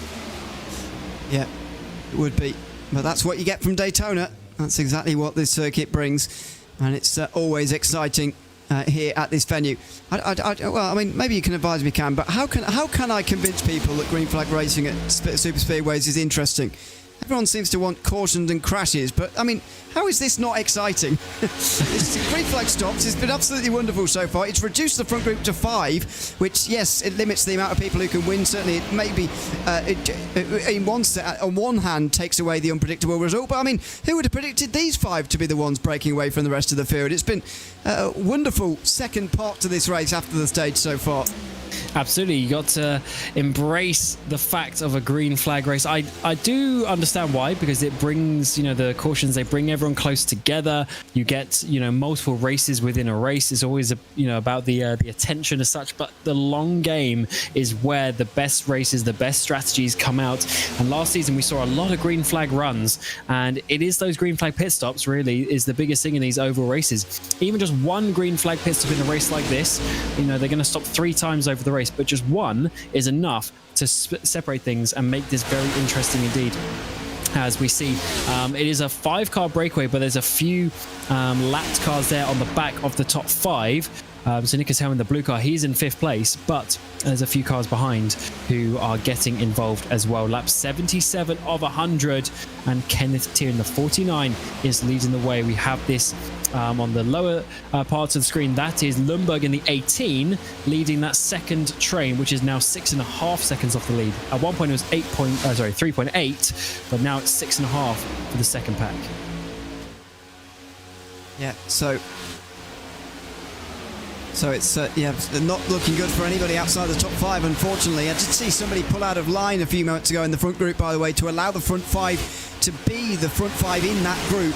Since there's no battle for the lucky dog at the moment, because Lars Bulke has got such a big advantage, 6 seconds. He's one of the others on the back of this, by the way. But they've all, effectively, those lap cars just been pulling out the way there just to make sure that the front 5 are indeed the 5 fighting for the race win. And fair play to the lap cars for doing that and ensuring that. Oscar Fredriksson looking to make a move on Fredrik Elk. They are fighting for 21st amongst themselves at the back, and that's almost starting a bit of side by side. I wonder whether it's going to provoke anyone from the front 5 to make something happen here. Oh, this is an interesting one. We got Fredriksson lap down, going to that outside line and trying to get involved with the leaders. This is going to get very awkward indeed. Leaders on the low line, lapped runners to the high line. Of course, they do have the right to unlap themselves, but don't want them to get involved in this battle too much, because the top 5 are on that inside line, and this could give opportunities for one of them to jump up to that outside and get a bit of a run. This is a big decision time if you want to try and make some moves. But the top 3, top 4, they are staying in line for now. I mean, if you're Hahn and Helm, though, you're sort of boxed in now. This is why you don't want them getting involved, really, if you're one of those front 5, because on the inside, you can very easily get boxed in. That was Hakan's shot, by the way. They just put another lap down, I think, in the background. So he might be 2 laps down now, unless there's somebody else I've missed there, and it's probably them. But anyway, that's another driver now to add into this group. You really don't want this happening, though, if you're Helm and Hahn. Now, though, they've gotten in front. It's now Shu who's boxed in, as well as Tony Uvinen, and Kenneth Tier, who's got a decision to make, whether he actually defends this lead of the group from Fredriksson, or whether he just holds firm on the inside. Yeah, I don't know. I don't know what is going to be good. Does he pull to the right and get a push from those drivers a lap down as well? But you can't really trust them in the same way, because they're not fighting for the same battle. It's a very difficult decision to make. And especially if this 3 get in front, and then pull down to the low line and get in front of the 49, that's going to be even more awkward, which is something we might see, which is certainly what they do. We see the 6 who's left out to dry on his own, and he's going to drop to the back. That is a bit of a shame for him. He was in such a good position to do the same, but now what this has done is it's split up Tony Uvinen in the 84. He has now got 2 cars in between him and his rival, and that is not ideal. As they were, oh, sorry, I'm mistaken. They obviously dropped in front, so it is actually the car in front of the 49, or is the car in front of the 84. But unfortunately, now the 49 is getting the slipstream ahead, and for Tony, that might just make it a little bit more difficult. Yeah, you see Kenneth Tier's just opening that gap, actually, to the 2. I wonder whether he might well try and let them go here, or keep them at a nice distance to draft off of them. Erik Lundberg's still making big inroads here, by the way, from 6th place. So you just wonder whether there's going to be a late catch here and a big finale with a big group towards the end. There it is at the bottom of the screen again. Lundberg is leading Peter Helmbo at the moment, who's had a remarkable recovery tonight. Lindhoff, Stiller, Gunnarsson and Aronsson all here as well. So there'd be 11 in the fight if this were to close back up, along with some more lap cars who are not only just being collected by this front group, there's another one about to be collected now, but also that second group will make it this front group a lot bigger as well, if indeed they catch. And they're on course at the moment. They've got to continue at the current rate, though. And very interestingly for the championship, I mean, Jesper Eriksson's P14, Linus Broström P15. The drivers we would be expecting to, get involved in this championship battle, but they are way down there, and this is getting way too chaotic up towards the front. There's too many drivers involved now who are a lap down, and this could get messy. We got drivers fighting for the win. We got Uvinen going to the outside line. He's trying to get a push to get past the 49 of Tier, trying to make something work. Tier's now been left out to dry on his own. He's got no teammates around him to try and help, and this could get very interesting. We're getting towards 17 laps to go in this race now. Uvinen, though, actually going backwards, so the slipstream for the 49 is helping him. Zoka Shu trying to go to the outside, but this is just giving the opportunity for more lap cars to get involved. There's one there in front of Nicholas Helm, pulling him along. And this is allowing the second group to catch up as well, so that they may have given up on trying to distance those, accepting the catch is going to happen and they're going to fight over the lead while they've got it at the moment. Kenneth Tier still leads though, with that 2 lap cars in front working together. They are at the moment pulling this whole group along, almost dragging them by their ears along ahead of that group. Oh, Nicholas Helm just pulls in front of that lap car, and now they're almost all on the outside trying to get past Tier, who's completely oblivious to the line being led by Tony Uven at the moment, and there's trouble. Yeah, that is Jens Lundqvist, who had contact there with Nicholas Helm. He's 15 laps down, 12 laps down by getting involved. Nicholas Helm's car is absolutely toasted on that front left corner, and this is what happens when the lapped cars gets involved with the race leaders. Unfortunately, you have to make some moves, but one car got turned there, and it was Lundqvist into the path of the 55. Caution comes out on lap 84. That is a real shame, because there was a great green flag run. Great strategy was panning out into a great finish there, but unfortunately it's not going to happen. Kenneth Tier survives, and indeed a lap back actually for Fredriksson and Fredrik Ek, or at least just for Fredriksson actually. So you can wonder why the lap cars get involved, but actually if you do unlap yourself, you can get yourself a lot further to the front. You don't want to see this though. Helm being turned by a lap car, somebody else being turned into Helm. That's a lapped car turning another lap car into a lead lap car, and that's exactly what you don't want. Helm, unfortunately, is going to have too big a damage to even really continue here. Yeah, I'm trying to see. Was it actually... trying to work out exactly... actually. Yeah, that's what I'm thinking. I think it was actually Philip Hahn who went to the inside, then made contact, and Nicholas Helm, I mean, there's nothing he could do there. Absolutely nothing that he could do there. But that's Hahn trying to make some moves, get around the lap traffic, who again, 12 laps down. Yeah, here it was 66 of Philip Hahn. So he goes to the inside, but he's sort of boxed in, makes some contact there. So he's just trying to race the car that he's racing, but unfortunately lap traffic getting in the way. Very, very, yeah, awkward situation that was building for a few laps there, and unfortunately it came to a bit of a sad crescendo. That's a shame. It's a bit careless from Hahn, isn't it, really? He gets absolutely smacked by someone there. There you go. That will do him some damage. So 2 out of the original 5 are now out of the picture.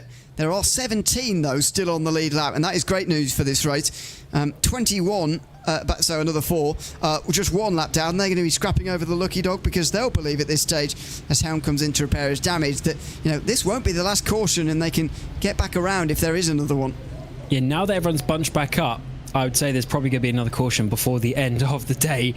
We need to see sort of how they're going to line up though, because I was expecting a few people to come down pit road, but I guess they don't have the tires to take. For instance, they've already got the fuel, so there isn't much reason actually to go down pit road. There's only 4 sets of tires. They've done 3 stops in the race, a lot of them, so they don't have much to do in that regard.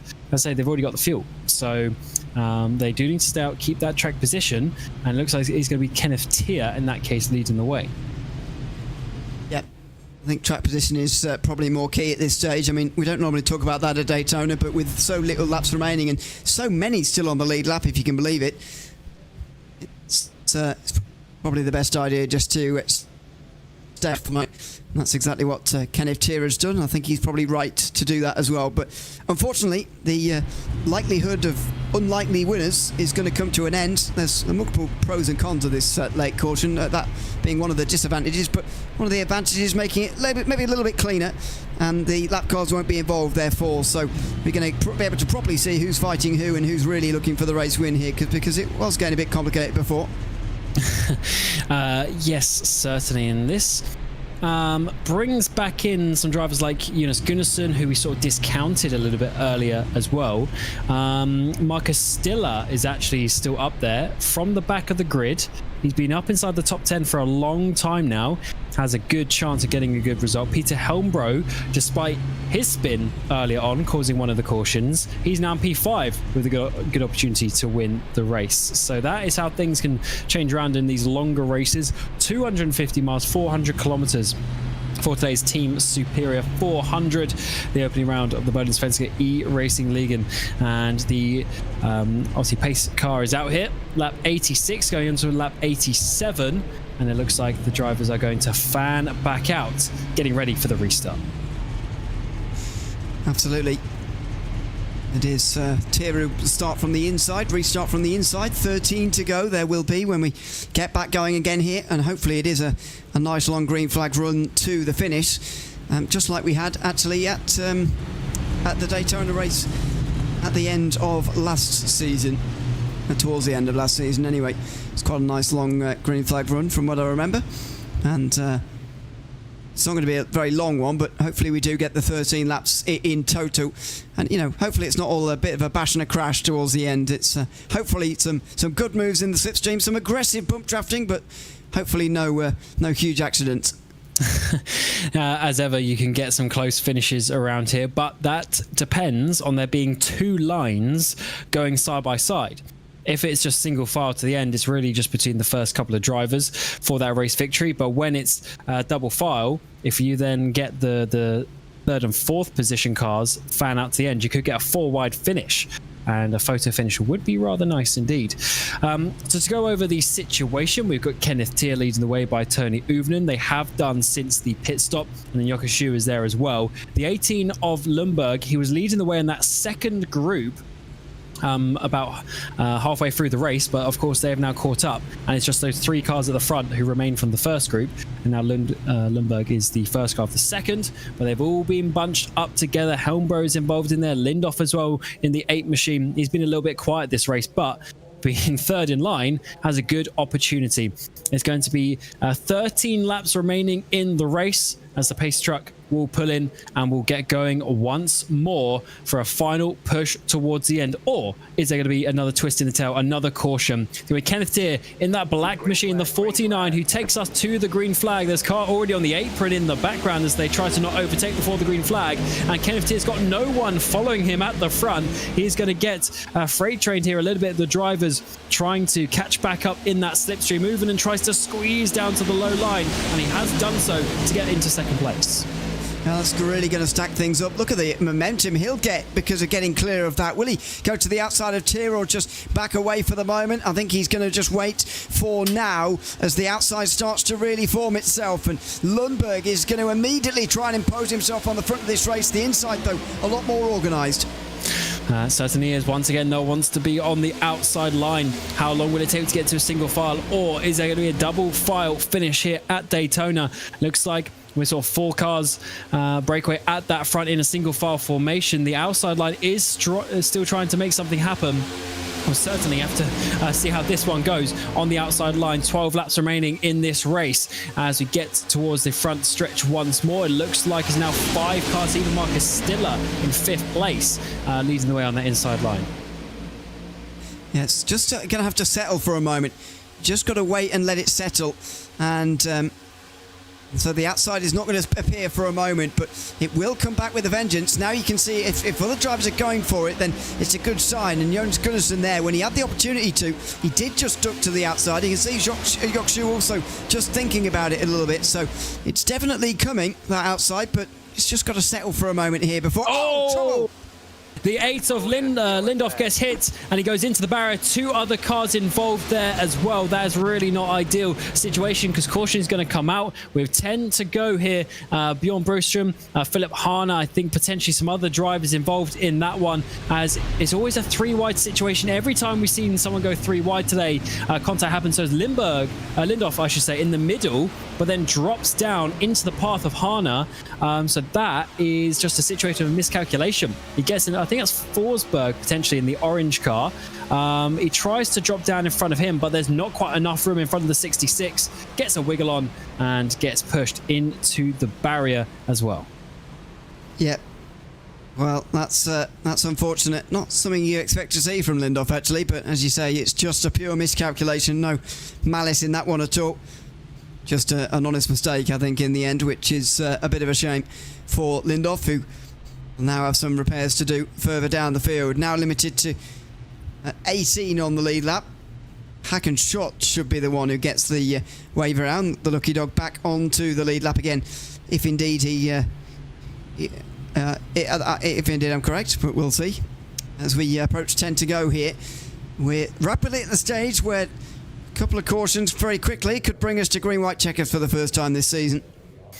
Absolutely, and I had that feeling, didn't you, as well, probably, Ewan, that the previous caution wasn't going to be the last one. There was going to be another one, but the sun is actually starting to set here a little bit, and Daytona's getting a little bit more sharp in the eyes, but we still have 10 laps to go. We do have a time limit on this race of 1 hour and 50, but even with the cautions that we had, we should be absolutely fine in terms of the lap limits or getting the full lap count. It's just a matter of, do we finish under green flags, or is there going to be a green white checker, or do we get a caution on that final lap?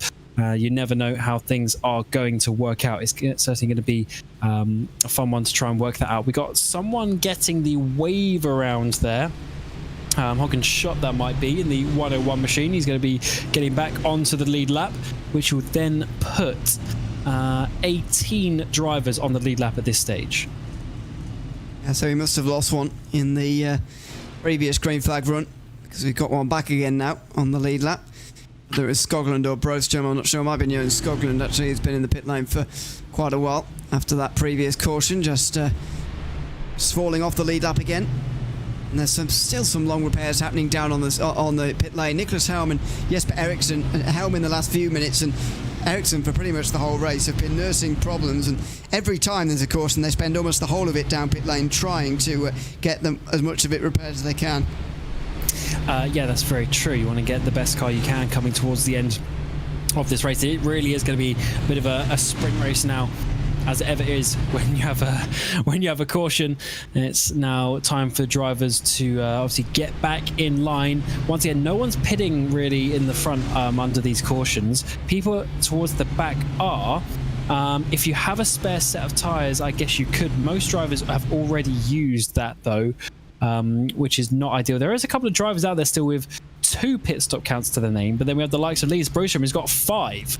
So he's trying to make something happen there, but hasn't really had the day that he would have wanted, down in 10th position. But unfortunately, with the 3-stop race and 4 sets of tyres, don't have a spare set to get any sort of extra grip for what it's worth here at this track. So unfortunately, you just got to continue with what you got, especially in terms of fuel. They will all have the fuel with these cautions, being able to save that little bit more as well. So it's all down to the driving skill and the slipstream abilities, as we've got one driver just doing a Lightning McQueen, getting out in front of the pace car there. Might be Eriksson, actually, or Helm. They both just about manage it though, staying in front of the pace car and getting themselves back round again to the back of the field. It's going to cause some consternation further back there as the lap cars try and stay out of the way, and the iRacing pace car, the iRacing caution system starts to shout at everybody as they approach the back of the field. But either way, should be fine. And we'll see whether Kenneth Tier can control another restart. I mean, sometimes in these races, when you get towards the end like this, it doesn't matter how easy it is to overtake a circuit. It becomes very useful to have track position at this stage. I mean, the next caution would bring us to, even if it came out immediately, would give us only 3 or 4 laps before the finish of this race. So we're really into the territory of very, very short runs between now and the finish. And if you're a long way back, you just don't have the time to regain those places. Kenneth Tier is in a pretty good position, although a better position for him would have been no cautions and that long green flag run from about lap 43 go right the way through to the end. And just to reiterate the situation as well, so Kenneth Tier and Jokushu, they've not won a race in the Oval Series. Uvenen has 1 to his name, Helmbro has 2, and I'm just trying to see, I don't think Forsberg has won a race either. So it is a very interesting 3 drivers in the top 5 going for their first race victory, and how important that could be at the start of a new season. And Marcus Stiller as well, another one there. So we could get a new winner today, or can Uvenen grab his second, Helmbro his third, as the pace truck is going to come in one more time. The Superior 400 still has a couple of stories left, I'm sure. with the amount of laps dwindling down, but still plenty of opportunities to change the potential winner of this race. Green flag comes out. Kenneth Tier gets us going once more. This is the opening round of the Bohlin Svenska E-Racingligans Oval Series, and we are green once more. Kenneth Tier, the 49 machine, has a good start once more, but he's going to be freight trained by the outside line. Potentially they bunch up a little bit as they come through turns 1 and 2, but not enough to make the run. So he's actually going to be Uven pushing Tier down the back straight. Look at the outside again. That's worth noting for the green-white checker, actually. Goes absolutely nowhere for the first couple of laps, but it's the inside that has the momentum. Now, it will start to really form up quite nicely on the outside after a couple of laps, but you don't have that if we get down to the stage of green-white checkers a little bit later on. You can see them filtering in on the bottom there, and Jonas Gunnarsson leading the outside line, just going further and further backwards. Now, for the first time, Jesper Ericsson's up inside the top 10. The first time in a while, I should say, as it really is getting dull out there on the track, but not the racing action. Lap 94 commences as we still see Tier leading the way. He's been leading for a long time now. Uven sat there in second place patiently, but at some point he is going to want to make a move. Jukka Schuh as well. He's been in third place for a long time now. Marcus Stiller's got up to fourth place from the back of the grid. Is there a way for him to jump onto the podium? Yeah, it's going to have to be from the outside line, jumping around, but such a good job again from Stiller. It shows that actually starting at the back might even be a bit of an advantage around this circuit, but either way, he seems to make it work no matter what circuit we're at, and he's up to fourth place now with Robert Erling right in behind him. Still that outside line going nowhere. We've had 2 laps now since the restart, and that's the idea of where the outside would be in a green-white checker situation. Absolutely nowhere. Always a lot of drivers move up. A lot of the Sim Race Sweden cars there in that midfield. They've all lined themselves up. Oscar Motin downwards. Ericsson, Lindhoff involved in that one as well. They're trying to make something work on this outside line. That's left 6 cars on the inside. Make that 5 actually at the front. Then the Sim Race Sweden cars move back down. They're all over the place trying to find where the momentum, where the energy is here on lap 95. See where Tony Uven decides to go with 5 to go at the line. The Sim Race Sweden cars, though, being together is going to be a concern for those behind. Have they got enough time, though, to do what they did in the first stage and come up the front together? This is getting close in the background. We're 3 wide at one point. Gunnarsson in the middle of that situation. He's got Forsberg on his inside and the 6 of Leuven, who's a lap car on the outside as well. So that's one thing you have to remember at this point. Not all of the cars in line are for a direct position. The laps are dwindling down. We're inside the final 10 miles of this race, and it is getting so close between these drivers. The outside line is getting very leery once more, but they get back in line, check up as we come down the back straight.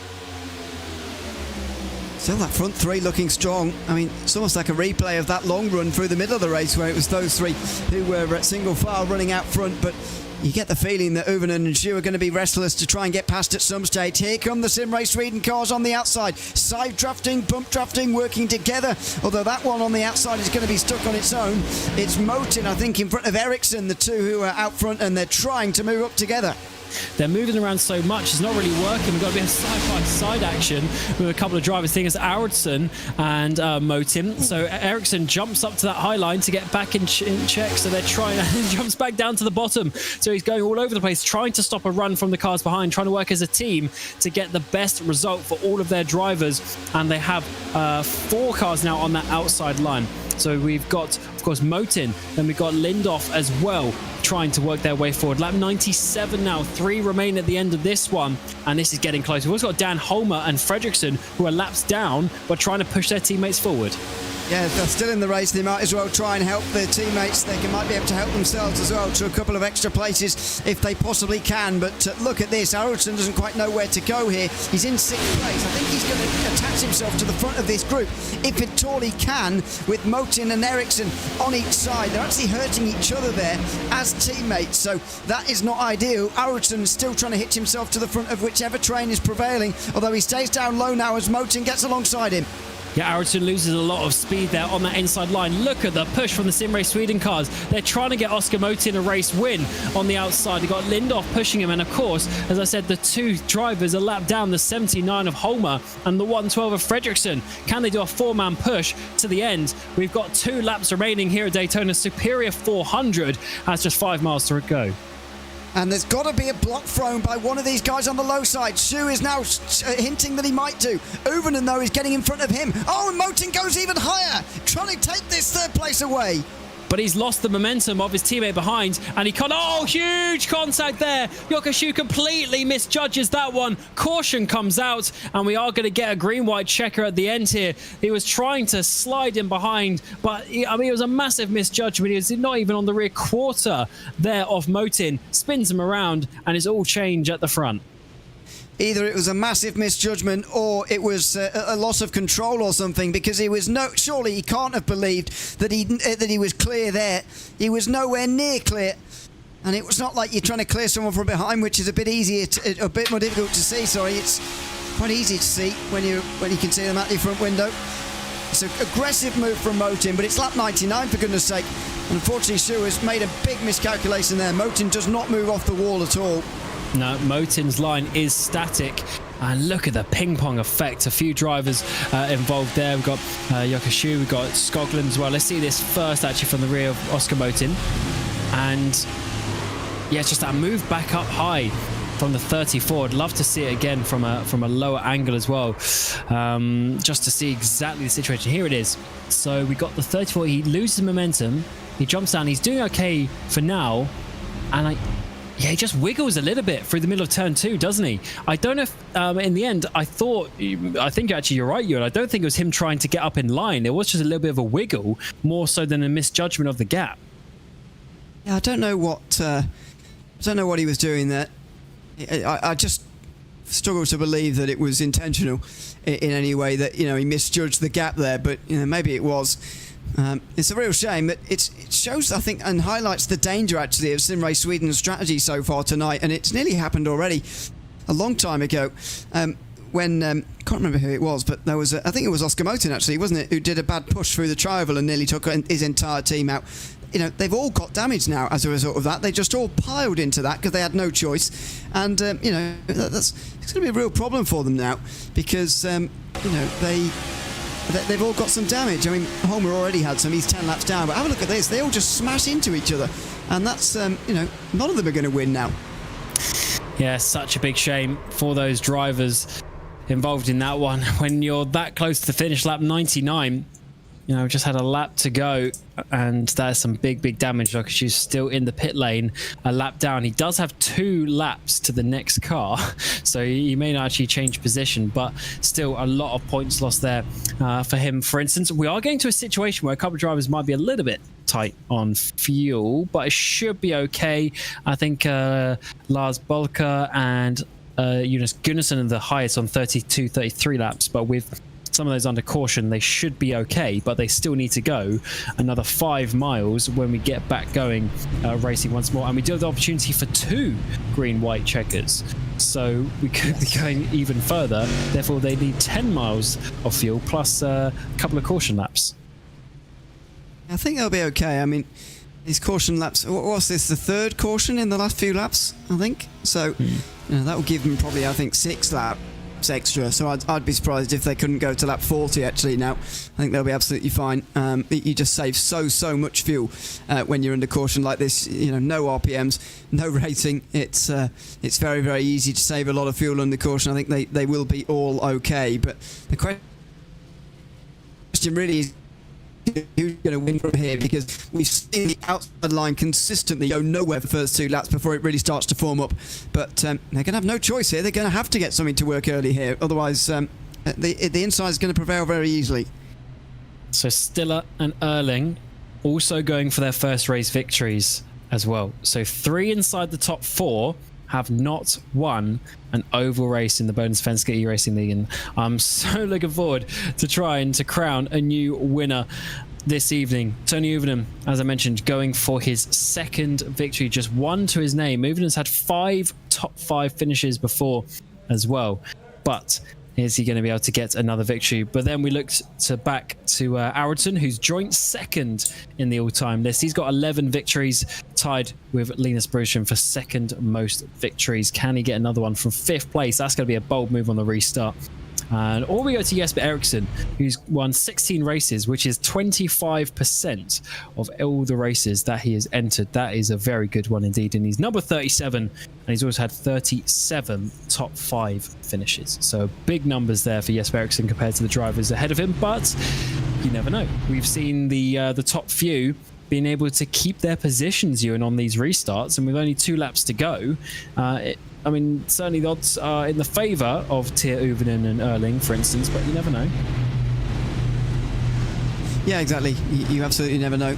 We've talked about track position now for the final few cautions, but this is where it really matters. The final couple of laps, it's very difficult to make up so many places, but remains to be seen whether this is going to be the final restart or not. The restarts generally have been very clean, but they haven't also had 2 laps to go in the race throughout the previous ones either. So we'll see how they get on with the end so close now.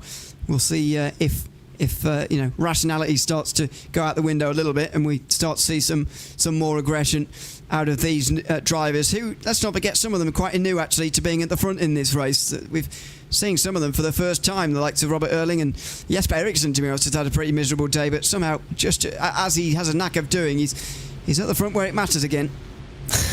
Moving his way forward as the race progresses. Hasn't had the day he would have wanted, as he qualified badly as well, by his standards at least. And we'll have to see what he can do in these final 2 laps, or will it be the final 2 laps? Will we get another green-white checker? We'll certainly have to find out. So 2 laps of action potentially is all we've got left. 1 lap to sort yourself out, and then 1 lap to go for victory. Kenneth Tier on the inside line, Tony Uvenen on the outside, Erling and Stiller following them in behind that second row, both going for their first race victories in this series. Pace truck comes in, and the Superior 400 will get underway for 2 more laps of action. Round 1, the Bohlin Svenska Eracingligan has just 5 miles remaining. What a start from Kenneth here. Gets a jump on all of them.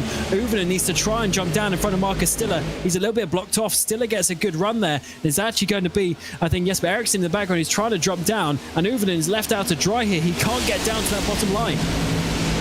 Yeah, this is going to be a real problem for Uvenen, who's driven so well so far tonight, but he's in danger of seeing that all come undone in these final few moments. Is he going to get some help? So, Alderson had to think about it, but he doesn't go with him. Uvenen's still on his own, but he's holding his own. Yeah, he's doing a bit of side draft to try and slow down the cars next to him, but this is not working out so far. It's actually the 82 of Robert Erling there, who's now in that 3rd position. He has some friends on the outside. That's Linus Broström being pushed, I think, by Jonas Goodison, the old rivals on the outside line, trying to make something work for them as we coming up towards the white flagged 1 lap to go here at the Superior 400. Tier leads, but will he in 2.5 miles time? That's outside, still going backwards here. Somebody else is going to have to do something. It's not going to be one of those who are already there on the outside. It's going to have to be a new driver leading the line. And will it be Marcus Stiller who decides to strike? Will he go for it? And will Robert Erling give him the assistance here to try and get past Kenneth Tier? Here's the crucial moment off of 2. Is it going to happen on the backstretch? He has a peak. He has another one. Does Erling go with him? It doesn't look like it. Stiller pushes him for now. It will have to be off of 3 and 4 if he's going to win this race to the line. Top 3 going for their first victories. Is surely going to be one of them, or is a huge run for the 24 on the outside line. He's getting a push from the 37, the old teammates, trying to make a run up towards the line. Kenneth Tier, he's led for so long. The 0-13 to the outside of Marcus Stiller from the back of the grid. They wreck on the inside, but it's going to be Kenneth Tier across the line, winning the Superior 400. Aronson gets 2nd place in the end. Big wreck in the background as everyone went for those final places, but Kenneth Tier, he held his own. Final few cautions didn't get him unstuck, and the White Eagles Racing number 49 takes his first victory in the series. And he only got 1 top 5 throughout 2024 to 25. He's got that now already in race 1 here this season in 2025, and he's got a race win as well. A fantastic job from him to win this race. A big wreck behind him, and some big names getting some solid points there. The likes of Aronson, who actually finished 2nd in the end there. Eriksson and Broström were both all in the top 5. Those are championship drives from the likes of those 3, because when you're on your bad days, your not so good days, you need to pick up solid points, and those 3 definitely did that.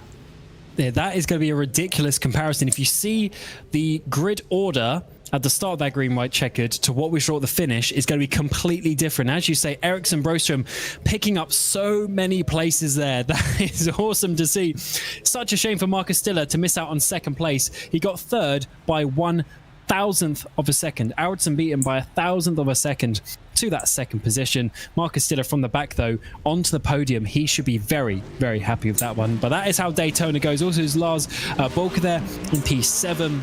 He had a very interesting day, apparently only making 2 pit stops in the end, according to this, but he managed to get up into 7th place. Uvenen finishing P8. He's going to be bitterly disappointed in that one, but I'm so happy for Kenneth Tier, who struggled a bit over the last couple of years, but finally gets his first race victory. So it is Kenneth Tier leading the way after 104 laps of action, with Ericsson and Stiller joining him on the podium.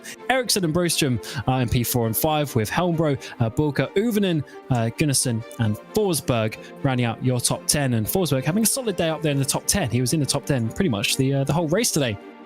Lindhoff will get P8 with Schott, Erling. Wow, Robert Erling, he really dropped back, did he? He must be involved in that wreck. He was P3 coming into turn 3, ended up in P13. Niklas Hellman, Bjorn Broström in the top 15 with Harner, Lundberg, Motin, Fredriksson and Kjellberg. The final few there, obviously starting the drivers who were a lap down.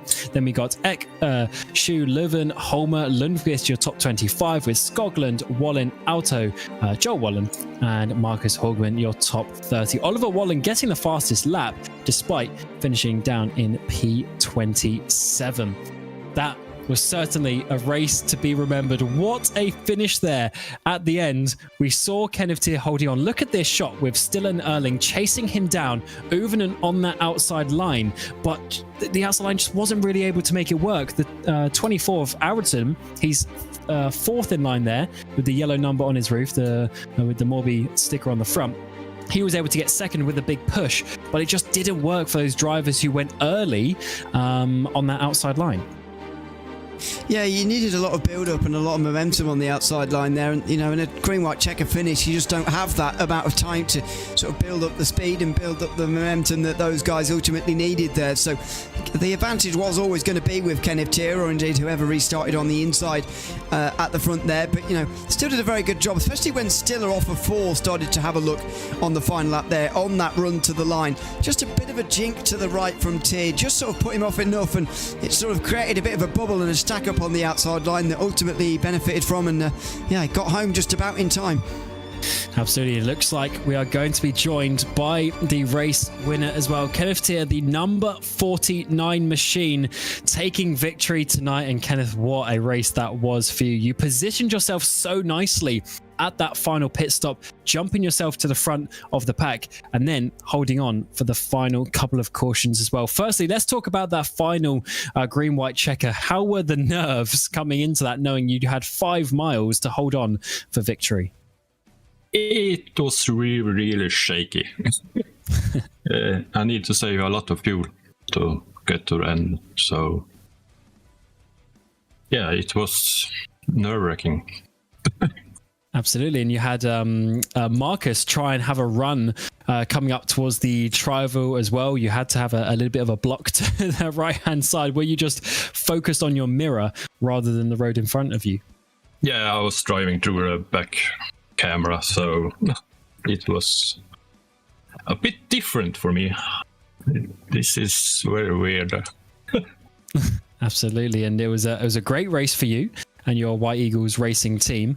Of course, starting the season with a victory, of course, congratulations for that. But do you think you have any chance of challenging maybe even for a top 5 finish at the end of the season?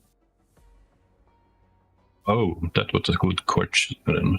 It depends on the other tracks, how it's going there. So I don't really know. But I hope so. Absolutely. And coming into this season, obviously a bit of change with teams and such. How are you feeling in this car going back to the next gen version of NASCAR? I like the Xfinity car more.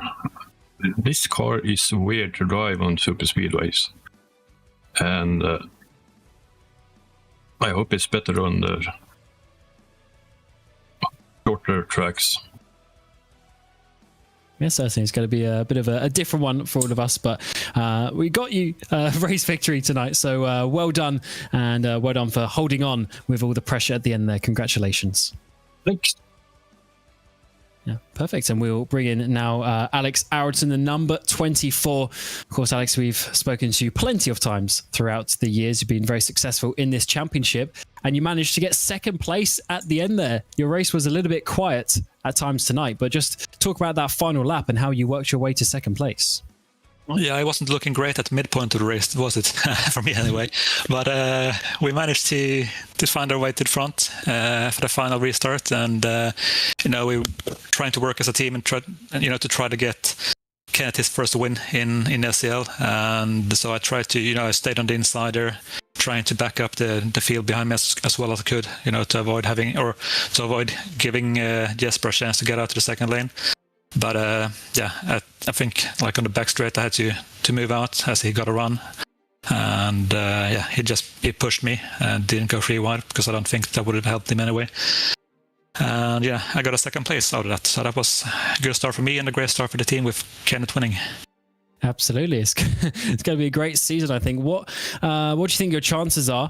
It was, I guess, in the end, Ericsson and Broström did get some decent results after struggling. But, I mean, their qualifying wasn't great. Do you think you're going to have some opportunities? Is it going to be a bit more open this season? Well, I would have qualified better if I hadn't messed up the start of my qualifying session there. I missed the start, basically. But we'll see how it goes. I mean, we're racing I guess it isn't the next gen car anymore, but the Gen 7 car, and I don't really like that. So we'll see how it's going to go. Of course, and moving on in this season, what do you think really sort of you can do in terms of the race results? Of course, you're already a champion in this series over the years. Are you taking it race by race, or do you have a goal in mind?